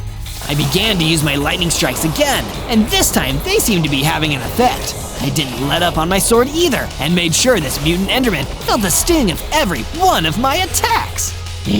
You may have beaten me this time, but I'll end you next time. The mutant Enderman retreated. I guess just because he was bigger and more mutated than the others didn't mean he was anything to be scared of. From day 71 to day 74, I proceeded to the treasure room of the enemy base, now that the mutant Enderman was out of my way. I expected that the Dynamax candy would be there, but it wasn't there. Of course, Broden must have given up on his responsibilities a long time ago. The old spellcaster trusted him, and he turned totally evil. Not cool at all. Meanwhile, somewhere else in the base, Broden was laughing about the fact that I couldn't find the Dynamax candy. That foolish Pikachu thought I'd keep the Dynamax candy. I threw that thing out years ago. Who needs to guard the item that can defeat evil when you are evil? From day 75 to day 78, I made a swift return to my base and found that the Pixie and the Iron Chicken had done some more work on the base. Pixie had refurbished the shop where Wally the Wandering Trader had once sold his items and had made it into a Pokemon-themed gift store. Isn't this great? Now everybody who comes to visit the base will be able to have their own Pikachu merchandise. That's a really good idea. Wally would have wanted us to keep using his store. Iron Chicken's improvement was another form of defense. He reinforced the walls of the base to make them even more fortified. No Enderman is gonna get through this, Zozo. Actually, I think there is one who could get through. I better make sure he doesn't try anything funny. It turns out, I was right to suspect that mutant Enderman would try to break through our walls. We have unfinished business, and I intend to finish that business. Not if I finish it first. I let loose a barrage of shark-tooth arrows on the mutant Enderman, which did a lot of damage. You should have run while you had the chance. PIKACHU! I used my lightning attack to weaken the mutant Enderman, then used my sword to deliver the final strike. I did it! My victory in the battle made me into an even higher level Pikachu with greater electrical power and speed. I could now perform a Mega Jump move that would get me free of any enemy's range of attack. And I've got 50 hearts now too! I also noticed that the mutant Enderman dropped a hint when he was defeated, a page that was ripped out of the Book of Secrets. The only place to dispose of the Dynamax candy is in the fires of the Badlands. From day 79 to day 84, I went to the Badlands to follow the hint from the torn page. This place was where I first encountered Broden the Conjurer. Maybe the reason why he was here was to throw away the Dynamax candy so it could never be used against him. I didn't see anything that looked like the Dynamax candy, but I did notice a siren who was also scouting the area. Hey, are you looking for the Dynamax candy too? So, you figured me out. I heard something about Broden throwing away a powerful weapon here, and I want to grab it so I can get revenge on him. Don't tell me, you're another conjured being like me? You got that right. Broden wanted to have me to himself until he didn't. I'm sure you must know the same pain, Pikachu? I do! Maybe if we team up, we can take him down together! Sorry, but there's only one candy, and I've got a sweet tooth. The siren fired laser beams at me, and I knew that I had to fight back. I mega jumped up and used the lightning strikes to weaken the foe before attacking with my diamond sword and winning. I didn't want to defeat you, Siren. You and I were the same. No, we're not. You're stronger. And because of that, I'm going to tell you that Broden probably took the Dynamax candy back to its rightful place. Why would he do that after he tried to destroy it? At first, I didn't know. I was just as confused as you were when I couldn't find it here. Back then, I saw how strong you were. You were the only thing Broden had conjured that might actually threaten him. So I'm sure he got the candy back in case he needs to use it on you. From day 85 to day 89, I returned to the Blue Giant Taiga and began to make my preparations to go face Broden the Conjurer at his base. I knew he'd be stronger than any of his minions, so I enlisted the help of the Fiery Hippogriff to get more information about Broden. Your former master used to train Broden in spellcasting. Is there anything you can tell me about why he might have gone evil? From what I can remember, the old spellcaster used to say that magic is for solving problems, not for making them. And I think Broden disagreed. So even though he conjured everything he wanted, he was really just making problems for himself? Pretty much. He always had second thoughts after he conjured something because nothing he made could ever be good enough. This was especially true when he made the Dynamax candy. Broden made the Dynamax candy? Yeah, I think he did. And it was the one thing he made that he couldn't destroy. But he won't use it either. So if I can eat it, I'll be able to crush him. Thanks for your help, Fiery. Good luck. Do what the old spellcaster couldn't and teach Broden a lesson. From day 90 to day 94, I went into the same cave where I found the diamonds so I could gather materials for my strongest gear yet. In the darkest depths of the cave, I found a chest that contained a netherite ingot. These will do the trick. I used a nearby smithing table and combined the netherite with my diamond sword to upgrade it to a netherite sword. This weapon will be the one I'll use to break through Broden's base defenses and take the Dynamax candy for myself. From day 95 to day 97, I visited my friends at the base to tell them that it was almost time for me to leave. First, I visited Pixie, who had been looking at the statue and thinking about how to upgrade it. Hey, Zozo! The statue is almost done, but it needs a Pikachu's touch to be complete. I've got you covered, Pixie. I went to the statue and did the remaining work that was needed. The full version was a statue of Ash Ketchum, Pikachu's trainer from the very beginning. When I looked at the statue, there was only one thought that echoed through my mind. I want to be the very best, like no one ever was. You already are the best in my eyes. Thanks, Pixie. I said goodbye to her, then went to go see how Iron Chicken was doing. Is it almost time to face off against Broden? You know it, buddy. On day 98, I was still talking with Iron Chicken about the upcoming battle with Broden the Conjurer. It felt like we had been through so much in this crazy world ever since we were conjured into it, and soon our troubles would be coming to an end. You're like a brother to me, Iron Chicken. I hope you know that. The same to you, Zozo. I say that we end this battle together as brothers. When you go to face Broden, I want to be there right by your side. Of course, you'll always be welcome on my adventures. And so will you when you watch me out there. Remember to subscribe and hit that notification bell so you can check out my other adventures. Don't forget to leave a comment about what I should do next. On day 99, Iron Chicken and I left the base and crossed the alien fields to arrive at Broden the Conjurer's magical lair. Are you ready for this, Iron Chicken? Let's do this, my brother in conjuration! I can't wait to defeat Broden once and for all. Yeah, we may have been brought into this world by a mean guy who didn't even want us, but we gotta meet each other, and now we're a family. We entered the enemy compound and fought off some weak skeletons, which were effortlessly ground into bones by my netherite sword. No bones about it. Even Iron Chicken was able to take down a bunch of skeletons by himself. Zozo, I'm tough as iron, but I think you should continue on alone.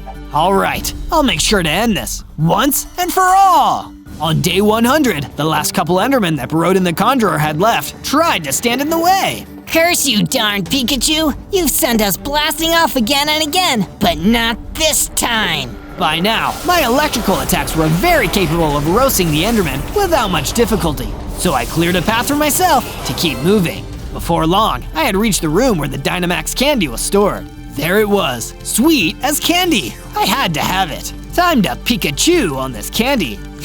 I love puns. I gobbled up the candy and grew to gigantic size. I had become my mightiest form of all, Gigantamax Pikachu. I had 80 hearts and felt like my lightning was stronger than ever. Shortly after I ate the Dynamax candy, Broden entered the room. No! What have you done? You've gained the power of the Dynamax candy! I sure have. What now, Broden? How about this? He rushed towards me and dealt a heavy blow, but I was adamant to defeat him. So I countered with lightning strikes and brought my netherite sword into the fight with a vengeance. I conjured you into this world, and I can unconjure you! No, you don't, Broden. This Pikachu is a free Pokemon. I hit him with my sword and then delivered the final strike of Max Lightning, taking him out for good. Guess it's all Pika now. On day 1, I spawned into the ancient forest as a super cool elemental wolf. A wolf spirit tuned into the power of the elements. This is awesome! And I've got 10 hearts too. That's so exciting. I wonder what I can do. I concentrated hard and blasted a powerful ball of energy. This would be an excellent weapon if anybody tried to attack me. And that was exactly what happened. A ghast floated out between the trees before me. What? Why are you here? Aren't ghast supposed to stay in the nether? You know nothing, little wolf. The world is changing, and the wheel of time turns on the command of our master, Fungi the Mushroom Lord. Will you swear your allegiance to him? What? Fungi the Mushroom Lord? I'm not gonna swear allegiance to anyone if I don't know what they stand for. If you are not the servant of the Mushroom Lord, then you are his enemy, and it is my duty to destroy his enemies. All glory to the Mushroom Lord! The ghast started firing deadly fireballs at me. I was lucky that with my elemental powers, I took less elemental damage from the fire than a normal wolf did. I turned and ran as fast as I could, losing the ghast somewhere behind me. I wasn't expecting to get attacked so early, and who was this Fungi the Mushroom Lord? Before I could take the time to process any of this, zombies came shambling towards me out of the trees. In a moment of panic, I hit them with an energy blast, destroying them. Using my powers like this is exhausting. I need to find somewhere to sleep and figure all of this mess out. I found some shade beneath a tree and laid down to get some sleep. On day 2, I woke up from under the tree and went exploring the ancient forest. It seemed that this experience wouldn't be as awesome as I thought. I need to find out everything I can about this Mushroom Lord and why nightmarish nether creatures like the ghast are serving him. But first, seeing as how my powers exhaust me, I need some tools and some food. I started on the tools first. In the ancient forest, I was completely surrounded by trees. That's why it was so easy to break one of them down and collect enough wood to make myself a trusty wood pickaxe. Well, not that trusty, but it's a decent means to an end. I used the pickaxe to mine up some of the stone blocks. Between the stone and some spare sticks, I soon had a stone pickaxe and a stone sword. Not quite as defenseless now. That brings me some small comfort at least. I continued exploring the forest with my new tools until I happened upon an evoker standing in a clearing. I approached to ask him a few questions. Greetings, proud evoker. I'm Zozo, the elemental wolf. I have an important question to ask you, but first, an even more important question. Do you have any food? Of course, Zozo. Here, have some of this meat. It's what a growing wolf needs. The evoker gave me some meat, which I ate, seeing my hunger bar replenish. Thank you for this great kindness. And as for the other question, do you know anything about Fungi the Mushroom Lord? I ran into his ghast. He seems like some kind of threat to this land. You speak the truth, Zozo. Fungi is a great evil. Some say he rose up from the deep dark. Others say he was grown in some kind of fungal patch of pure evil. All we know for sure is that he controls mutants, monsters, and abominations across the world. And if he isn't stopped, the entire overworld will descend into corruption and filth. That sounds like a job for a certain elemental wolf. Rest assured, evoker, over the next 100 days, Fungi the Mushroom Lord will be defeated.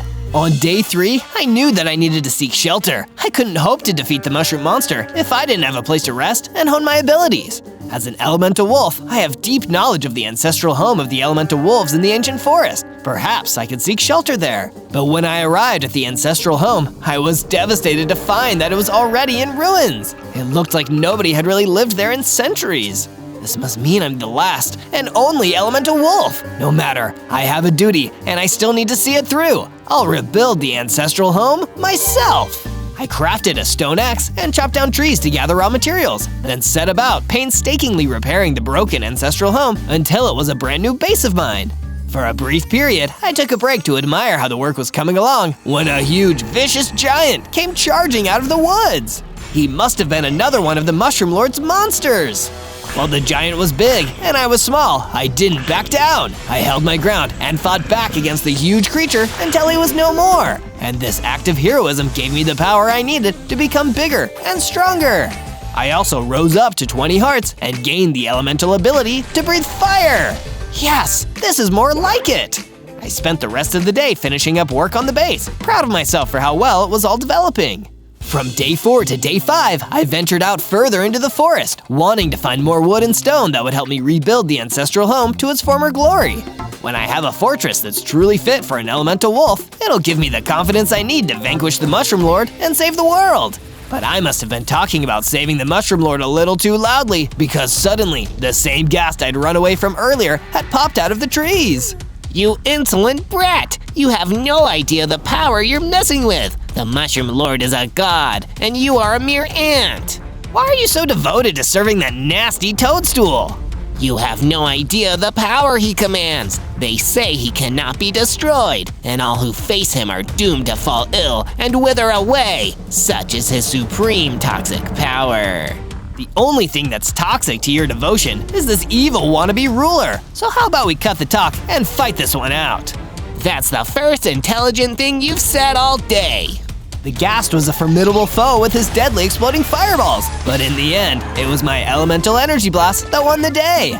The Ghast was defeated, and I gathered up the materials I'd come to collect before making my way back to my base. From day 6 to day 8, I ventured into a deep, dark mine network that contained many treasures, secrets, and deadly enemies.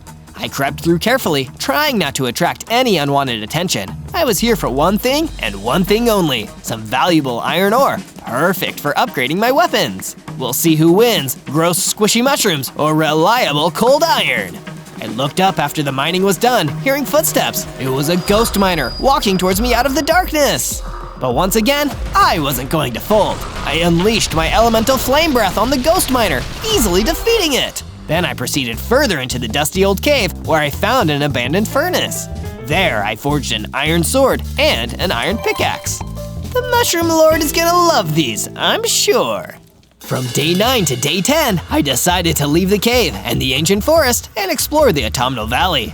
It's been an intense few days. I think I need to go to a nice, calm place and clear my head so I can make a plan of action. But because the universe has a cruel sense of humor, during this mission of relaxation, I found Fungi the Mushroom Lord himself waiting for me. A huge, terrifying fungus man.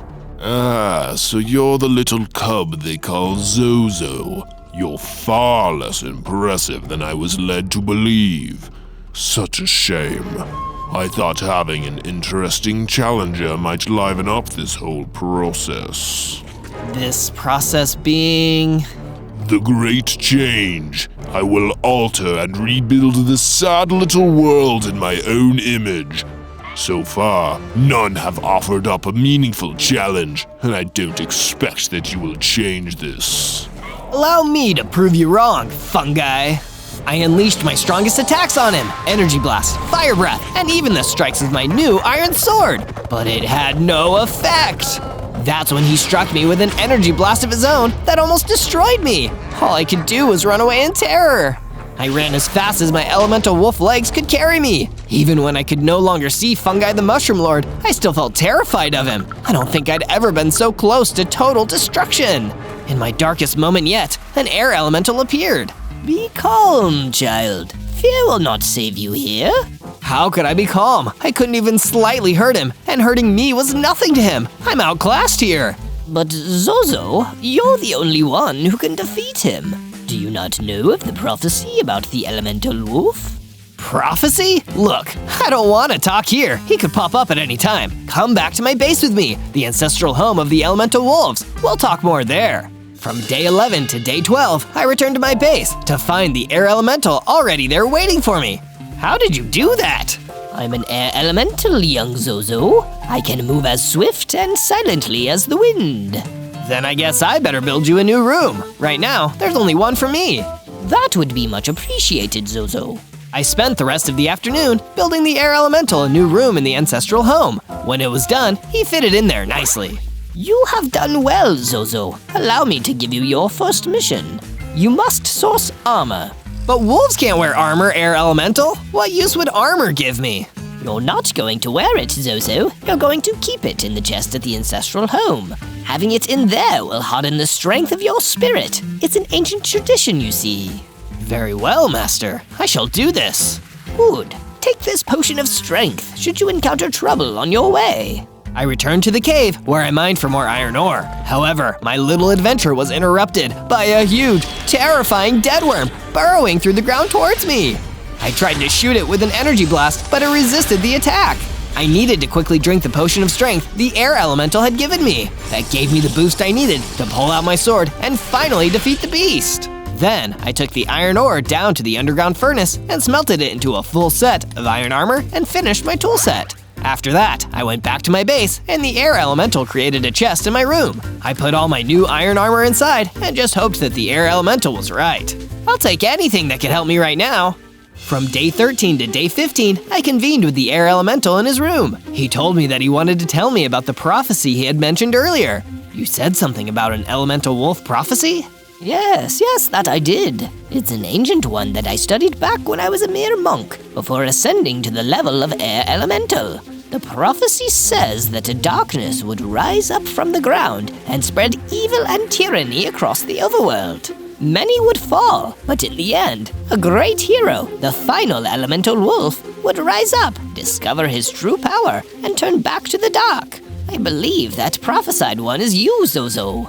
But, that's impossible! The last time I fought Fungi the Mushroom Lord, I didn't leave a scratch on him, and he almost destroyed me. I can't be the one from the prophecy. You can be, and I truly believe you are, Zozo. But you must train hard and fight with all you have. Only then can you stand a chance against the terror that faces you. Are you up for the challenge? I'll have to think about it. From day 16 to day 19, I woke up to find that the base was eerily quiet. I searched around, but I couldn't find the air elemental anywhere. This isn't good. I sense that something terrible has happened. I need to follow my elemental intuition and find him before it gets any worse. I followed my senses out to the cold swamplands. There, I couldn't help but feel paranoid. It was like I was being watched every step I took. And those senses paid off because suddenly an ender creeper teleported in front of me. The Mushroom Lord was right. You fell right into our trap, little silly woofy. And you think you're gonna be the one who defeats him? Embarrassing! What did you do with the air elemental? If you hurt him, You'll what? There's nothing you can do. Nothing except be destroyed. The ender creeper ran at me, preparing to explode. He probably would have blown up half the swamplands if I hadn't hit him with a quick energy blast, destroying him before he had a chance to destroy me. Man, the people that the Mushroom Lord are sending after me really are dangerous. Suddenly, the air elemental popped out of nowhere. He must have been bound by some kind of dark magic until I defeated that awful ender creeper. Zozo, you saved me! You're a true hero! Thank you so much for this! Master Air Elemental, I'm so happy you're alive! This is amazing news! I'm going to return to the base to regain my strength. Stay safe out here, Zozo. Fungi the Mushroom Lord has agents everywhere. The Air Elemental left, and I continued exploring the eerie cold swamplands. During my search, I found a few zombies and was able to defeat them with my deadly iron sword. That gave me enough XP to level up again, becoming bigger, stronger, going as high as 30 hearts, and gaining a new ability, Claw Attacks. That feels appropriate for a wolf. I decided to leave the swamp, but on the way out, I ran into a wise-looking gold pig. You seem like you're in a hurry, son. Of course I am. I'm going to defeat Fungi the Mushroom Lord. No, you're not. What? Yes, I am.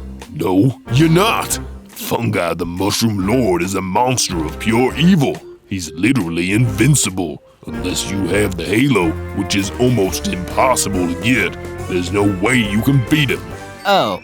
From day 20 to day 22, I returned to my base, only to see a couple more zombies milling around the grounds. The corruption of Fungi the Mushroom Lord seems to spread everywhere. I used my claw attacks to destroy the two zombies, then slinked off to my room, feeling defeated. Maybe there really was no way for me to defeat the Mushroom Lord. Maybe the prophecy was all nonsense. As if sensing my self-doubt, the air elemental wafted towards me. Zozo, I've been working on something for you. I wanted to wait until it was done, but I think you need to see it now. It's a statue, a kind of monument, meant to inspire you and remind you of your inner strength. Perhaps you can help me finish it. I went out behind my base and saw the beginnings of a statue. Already, it was amazing, even awe-inspiring. I felt so grateful to the air elemental for everything he'd done. Can you guess what it is yet? If you can, tell me down in the comments. And while you're down there, remember to subscribe to Zozo and hit the bell to make sure you never miss one of our adventures.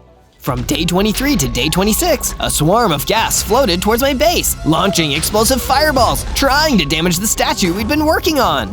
Oh no, more of the Mushroom Lord's minions. Don't worry, I'll handle them.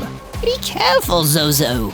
I leaped into action. I had already taken on one gas, so I was feeling pretty confident about this fight. But they outnumbered me. I had to be careful not to take any hits. Since they'd come from the nether, the gas managed to resist my fire breath, but luckily, my energy blast seemed to do the trick. One of them even dropped an item I'd never seen before, a fire aspect enchantment for my sword. Wow, this is so cool. I'd better try it out. I ventured off to the Autumnal Valley to practice my new fire aspect sword on a horde of meandering zombies. Each hit of my new weapon made them burst into flames. Once the zombies were dispatched, a mysterious stranger approached me. Wow, that's a mighty impressive blade you've got there. Thanks. Who are you? Well, I'm a weaponsmith, see? I specialize in quality crafted swords, bows, you name it. I've been trying to get to safety since the Mushroom Lord's forces started swarming all over the place.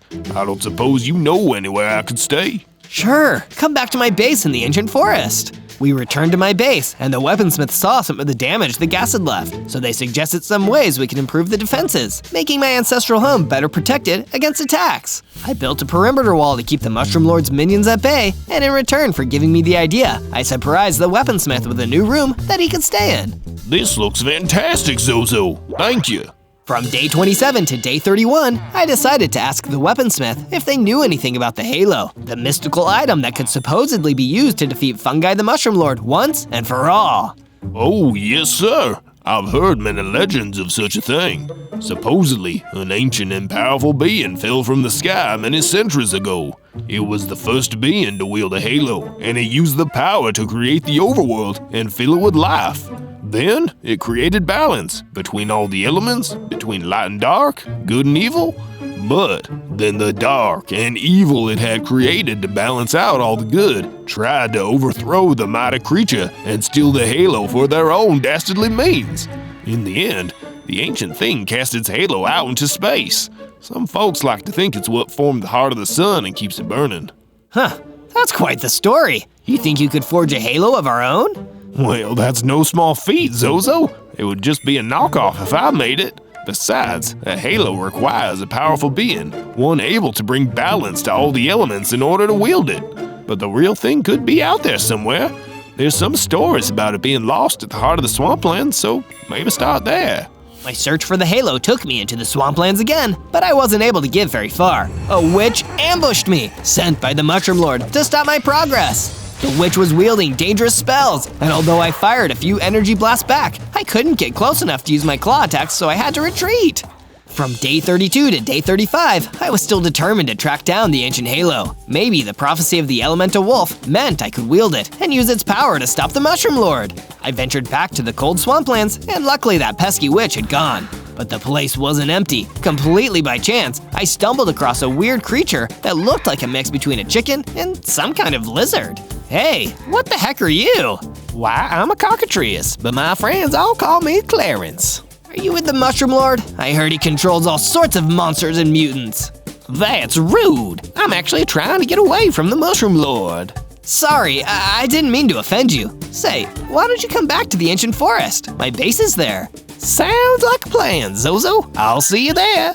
Clarence ran out of sight, adding another person to my forces in the war against evil. But then, all of a sudden, the Mushroom Lord emerged. Clarence, there's no use in hiding. You will be mine. Oh no, I need to make myself scarce. Before the Mushroom Lord could see me, I quickly dug a small pit into the ground and hid in it until he passed through. Phew, that was a close one. From day 36 to day 39, I made my way back to my base, where Clarence was waiting for me. I immediately started working on a comfy new room for him, and when the room was done, Clarence and I sat inside, discussing our common enemy. So, what made you want to leave the Mushroom Lord's armies? He's just so cruel. All he cares about is controlling the overworld and making everyone do his bidding. Some of us just want to live our lives, do our own thing without him telling us what to do all the time. Say, Clarence, I've been searching for a halo so I can use its power to stop the Mushroom Lord once and for all. Do you think you could help me find it? Well, what do you know? I heard about something like that. They say that the halo glows bright with the heat of the heavens, so why don't you head someplace hot to find your halo? That's a pretty good idea. I'll head to the desert. Things are pretty hot out there. Listen, Zozo, I wanted to repay you for letting me stay. I noticed you had an unfinished statue outside, so I thought I'd give you a hand with it. What do you think? I went to take a look at the statue's progress. Whoa, I'm really impressed. Thanks, Clarence. You didn't need to do that. I'm happy to help, but I still appreciate the gesture. The statue was looking better than ever, a large recreation of an elemental wolf like me that perfectly told everyone around not to mess with us and that this forest was protected. Even if the statue was unfinished, seeing it closer to completion made me feel inspired. From day 40 to day 43, the weaponsmith informed me that I'd need some much stronger gear if I was going to explore the desert in search of a magic halo. Listen here, Zozo. You don't want to get stuck in the desert without the right equipment. Luckily, I can make you what you need. I just need you to head into a cave near here to grab the right materials. No problem. Just be careful. There could be all sorts of critters down there. I set off to the cave that the weaponsmith had pointed out, and it didn't take long for me to meet some critters, just like they'd warned me. I had to fight my way through the nasty insects, but lucky for me, my fire aspect sword was burning through them pretty easily. It was only as I got deeper into the cave that I discovered a nest of the bugs with a Myrmex queen in the center. I used an energy blast to clear the path. Too much fire, and I'd run the risk of getting burned myself. With the nest cleared out, I found what I needed: diamonds! Bringing them back to the weaponsmith, they were able to turn the diamonds into a matching diamond pickaxe and diamond sword for me. Now I was ready to head off to the desert. From day 44 to day 49, I was certainly glad to have a diamond sword handy. When I first made my long journey to the desert, I encountered a troll, a huge, ugly beast that tried to smash me to pieces. Luckily, I was able to dodge out of the path of his attacks. He was much bigger and slower, so my wolf speed made it easier to duck and weave between his clumsy, cumbersome swings before I could land the final blow with my sword. With the troll defeated and out of my way, I continued towards the desert. But when I arrived, it was clear just how dangerous this place was. Someone was already in trouble. Help! Somebody, help! It was a Cyclops who was being crowded by vicious husks. They were using the fact he had only one eye to take swipes at him from all sides. I jumped right in to help, hacking all the husks down.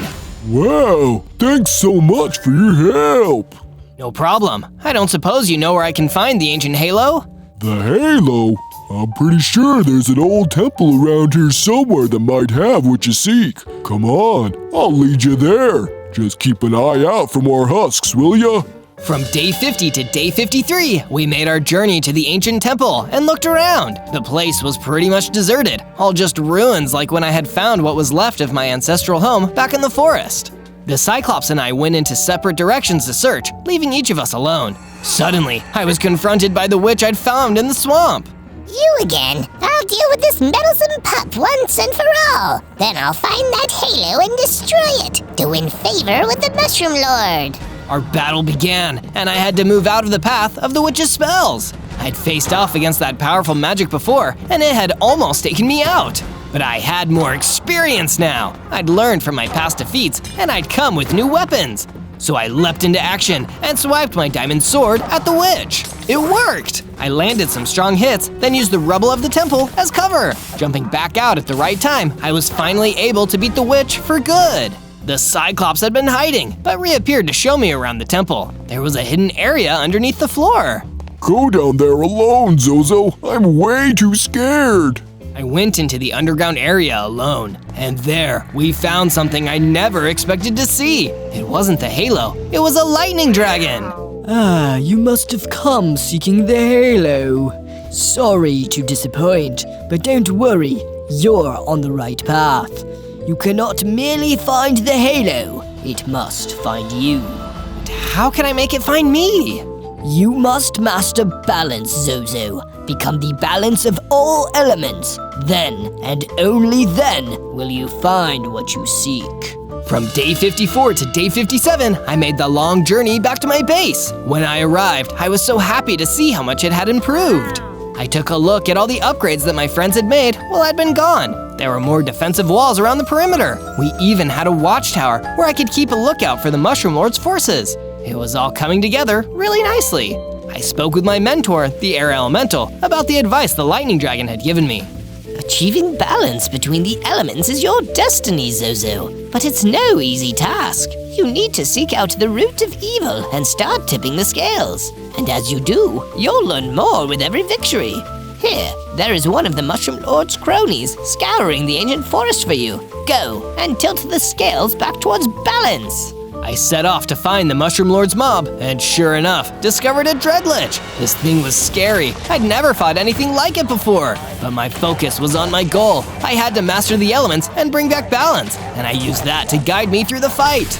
With my goal in mind, battling the Dreadlich seemed easy by comparison, and it fell at my Flame Breath and Diamond Blade. I moved as swift as the air with the ferocity of fire and held my ground with the strength of earth. I was starting to learn what it really meant to be an elemental wolf. When I returned back to my base, the weaponsmith had a new diamond helmet forged for me, so I added it to my armor chest, feeling happy I was making so much progress. From day 58 to day 62, I was woken up by the weaponsmith, who seemed super excited to show me something. Come, take a look, Zozo. We've been working hard on getting this place looking mighty fine. Come see the best part. It was the statue. It had been almost finished, and it looked amazing. It towered over the main area of the fortress, proud and awe-inspiring. I was so happy to see it almost finished. It looks awesome, thanks so much. Suddenly, an explosive fireball rocked one of our walls. I ran outside to see the air elemental panicking. Zozo, ghasts are attacking. We need to fend them off. Remember what you've learned about balance. Yes, Master. You and all the others should hide in the buildings. I'll take them all on. With everyone else in safety, it was time for me to take on the ghast attackers. I hopped into the fray. This time, I tried to imagine water, how fluidly it moved, but also how strong and dangerous it could be. My elements had all the strength and speed of a flash flood, and it meant I was able to take down all of the ghasts in no time. But I wasn't fast enough to save one of my friends. A ghast had launched a fireball as it ran away, retreating to the Mushroom Lord, and the fireball had struck my trusty weaponsmith. From day 63 to day 66, I was still feeling sad at the loss of my friend, the weaponsmith. I had decided to venture back to the desert to seek more information from the lightning dragon. Although I was sad, I wanted to use the halo to stop the evil Mushroom Lord. I remembered my goal, balance. Not just balancing the elements, but also finding the right balance of my emotions too. I allowed myself to be sad for my friend, but also had to make sure I didn't let anger or hatred get the better of me.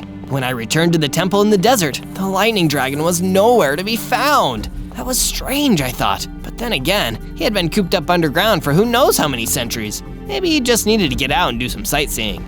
But in his place was an old book. He must have left it behind. I opened it up to read, and it told the story of the halo in much more detail. And even better, there was a clue about where to look for it. I couldn't allow myself to get impatient. Learn how to master balance, and the halo would find me. That's what the dragon told me. Suddenly, I was attacked by the ghast, the one who had escaped. This was my chance to defeat it, but while I could have done so out of revenge for my fallen friend, the weaponsmith, instead, I remembered my lessons about balance and dealt with the last ghast. From day 67 to day 70, I headed into the heart of the ancient forest like the book had suggested.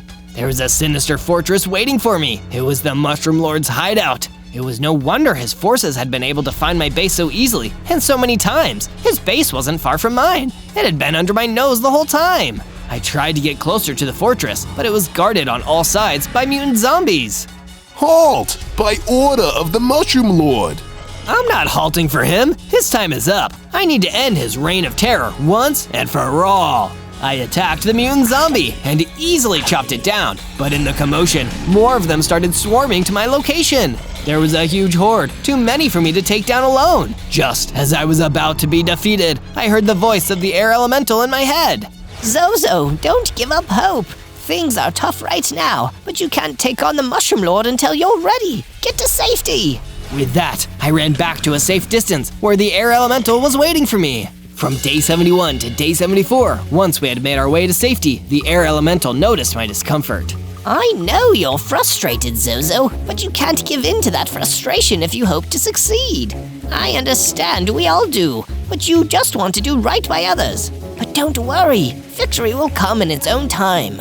As we headed back to our base, we came across a note that some of the Mushroom Lord's forces had left on a tree. We thought it was to send a message to all of his various mutants and monsters, but it was entirely possible he wanted to brag to me specifically. Good news, my minions. I have in my possession the ancient halo. It was not lost. I have had it all along.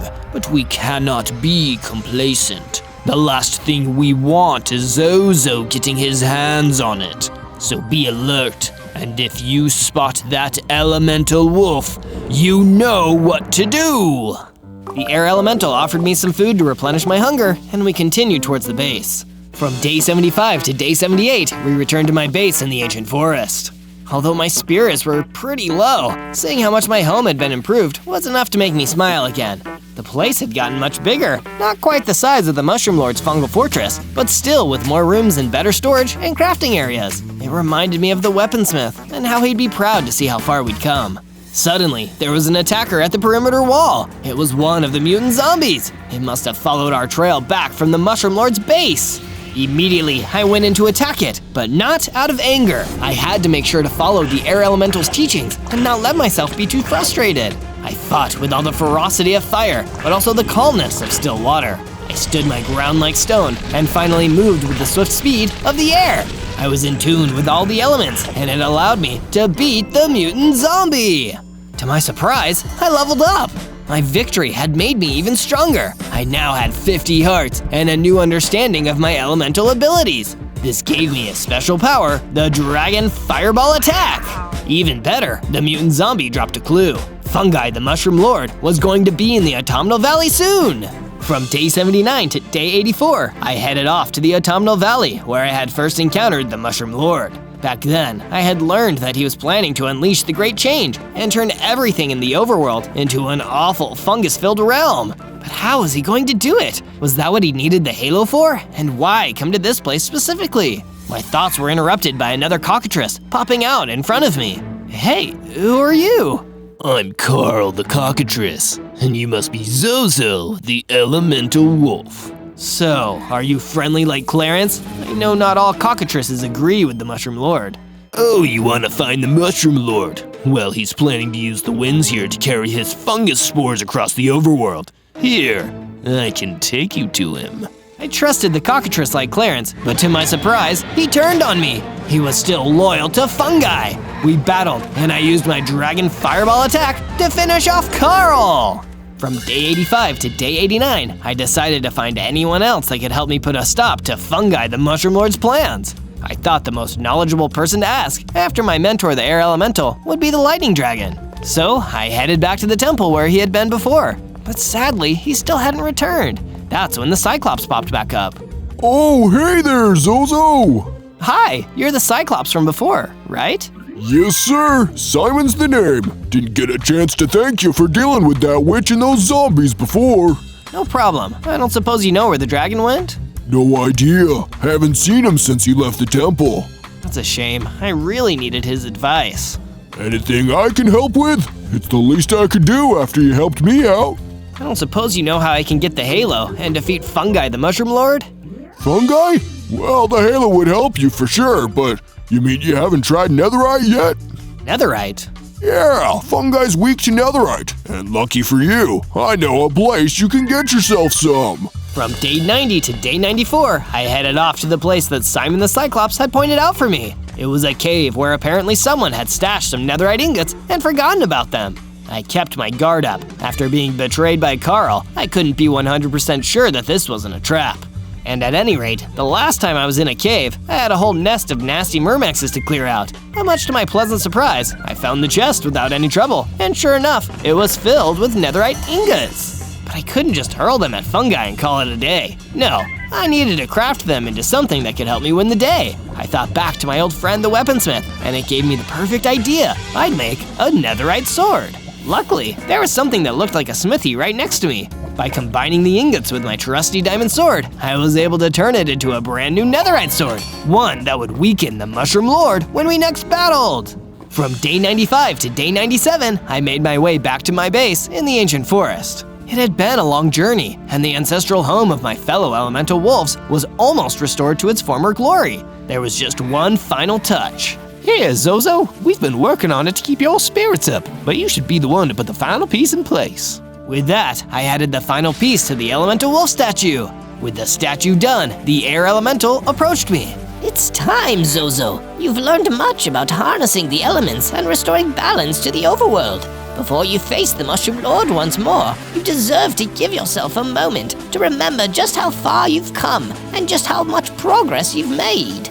Taking a moment, I realized that I'd grown and gotten stronger as the statue had gotten bigger. It was there as a reminder of how much I'd gone through and how big I felt on the inside now. It had been one heck of a journey and not always an easy one, but I wasn't the same wolf cub that I'd been when I started. Ow! On day 98, I got ready to set off to take on Fungi the Mushroom Lord one more time. First, I spoke to Clarence the cockatrice. Well, Clarence, this might be goodbye for good. Zozo, wait! I want to come with you. Are you sure? I thought you were scared of the Mushroom Lord. I am, or at least I was, but I should have stood up to him instead of running away. If you're gonna take him down, then now's as good of a time as any for me to do what I should have done from the start. Glad to have you with me, Clarence.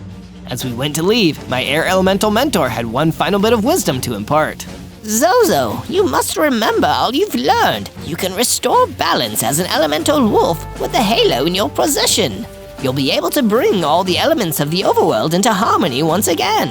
But there is one final thing you must do. If you've been enjoying this video, be sure to hit the like button, leave a comment, and subscribe to the channel. On day 99, Clarence and I marched up to the huge fungal fortress of the Mushroom Lord. Our plan was to get inside, weaken Fungi, and get the halo back from him. We were met by a horde of zombies ahead of us, but I remembered all I had learned so far and relied on my elemental powers to fight back. My dragon fireball attack took out a bunch of them as I used fire and air at the same time. I swung my netherite sword at the zombies, taking them out in one hit. The air was guiding my sword, and the netherite hiding within the earth was strengthening my blows. The zombies had once been a challenge with their numbers, but now I was better attuned with the balance of the elements, staying calm and cutting through them, one by one. As more and more zombies flooded out, Clarence hung back to distract them, and I ran right into the base, ready to take down the Mushroom Lord himself. On day 100, I searched the fungus fortress for the Mushroom Lord, but instead, I found what I'd been looking for, the halo! But it was guarded by a mighty pigless. I used all of the elements to defeat him. And sure enough, just like the lightning dragon had promised, I obtained the halo. I leveled up, getting 80 hearts, and even one more extra ability, a lightning blast. I hurled crackling bolts of lightning at the pigless. Before long, they had been defeated, which only left their master. Zozo, you won't stop the great change. Even with that blasted halo, you'll never stop my plans. Soon the overworld will be mine, a filthy fungus-ridden paradise for me to rule over. No, Fungi, you'll never win. I have mastered all the elements, but most importantly, I know why you'll never win. Because there must be balance. The overworld can't just be one thing. Foolish wolf, you have been a thorn in my side for too long. Right before my eyes, Fungi the Mushroom Lord grew into a huge version of himself. Although I was surprised, I didn't let my fear rule me. After all, two could play that game. I channeled the balance of all the elements and called on the power of the halo to transform into my ultimate form. Awoo! The battle was on! I swiped at Fungi with my netherite sword, and it worked! Simon was right. Netherite made him weaker. I fought with all the attacks at my disposal, energy blast, then followed up with a claw attack, and some extra dragon fireball and lightning strikes for good measure. The netherite made my attacks do some real lasting damage. The Mushroom Lord was almost beaten. I summoned up all the elements, earth, wind, fire, the water, lightning, and energy of the overworld, and channeled them into one last swing of my sword. Boom! It worked! Fungi the Mushroom Lord was defeated! He exploded into tiny little spores. But this wasn't a chance for me to be cruel, so I called up the wind to carry his spores across the overworld, just enough so that fungus and mushrooms would grow. After all, everything had to be balanced. That was my job as the Elemental Wolf.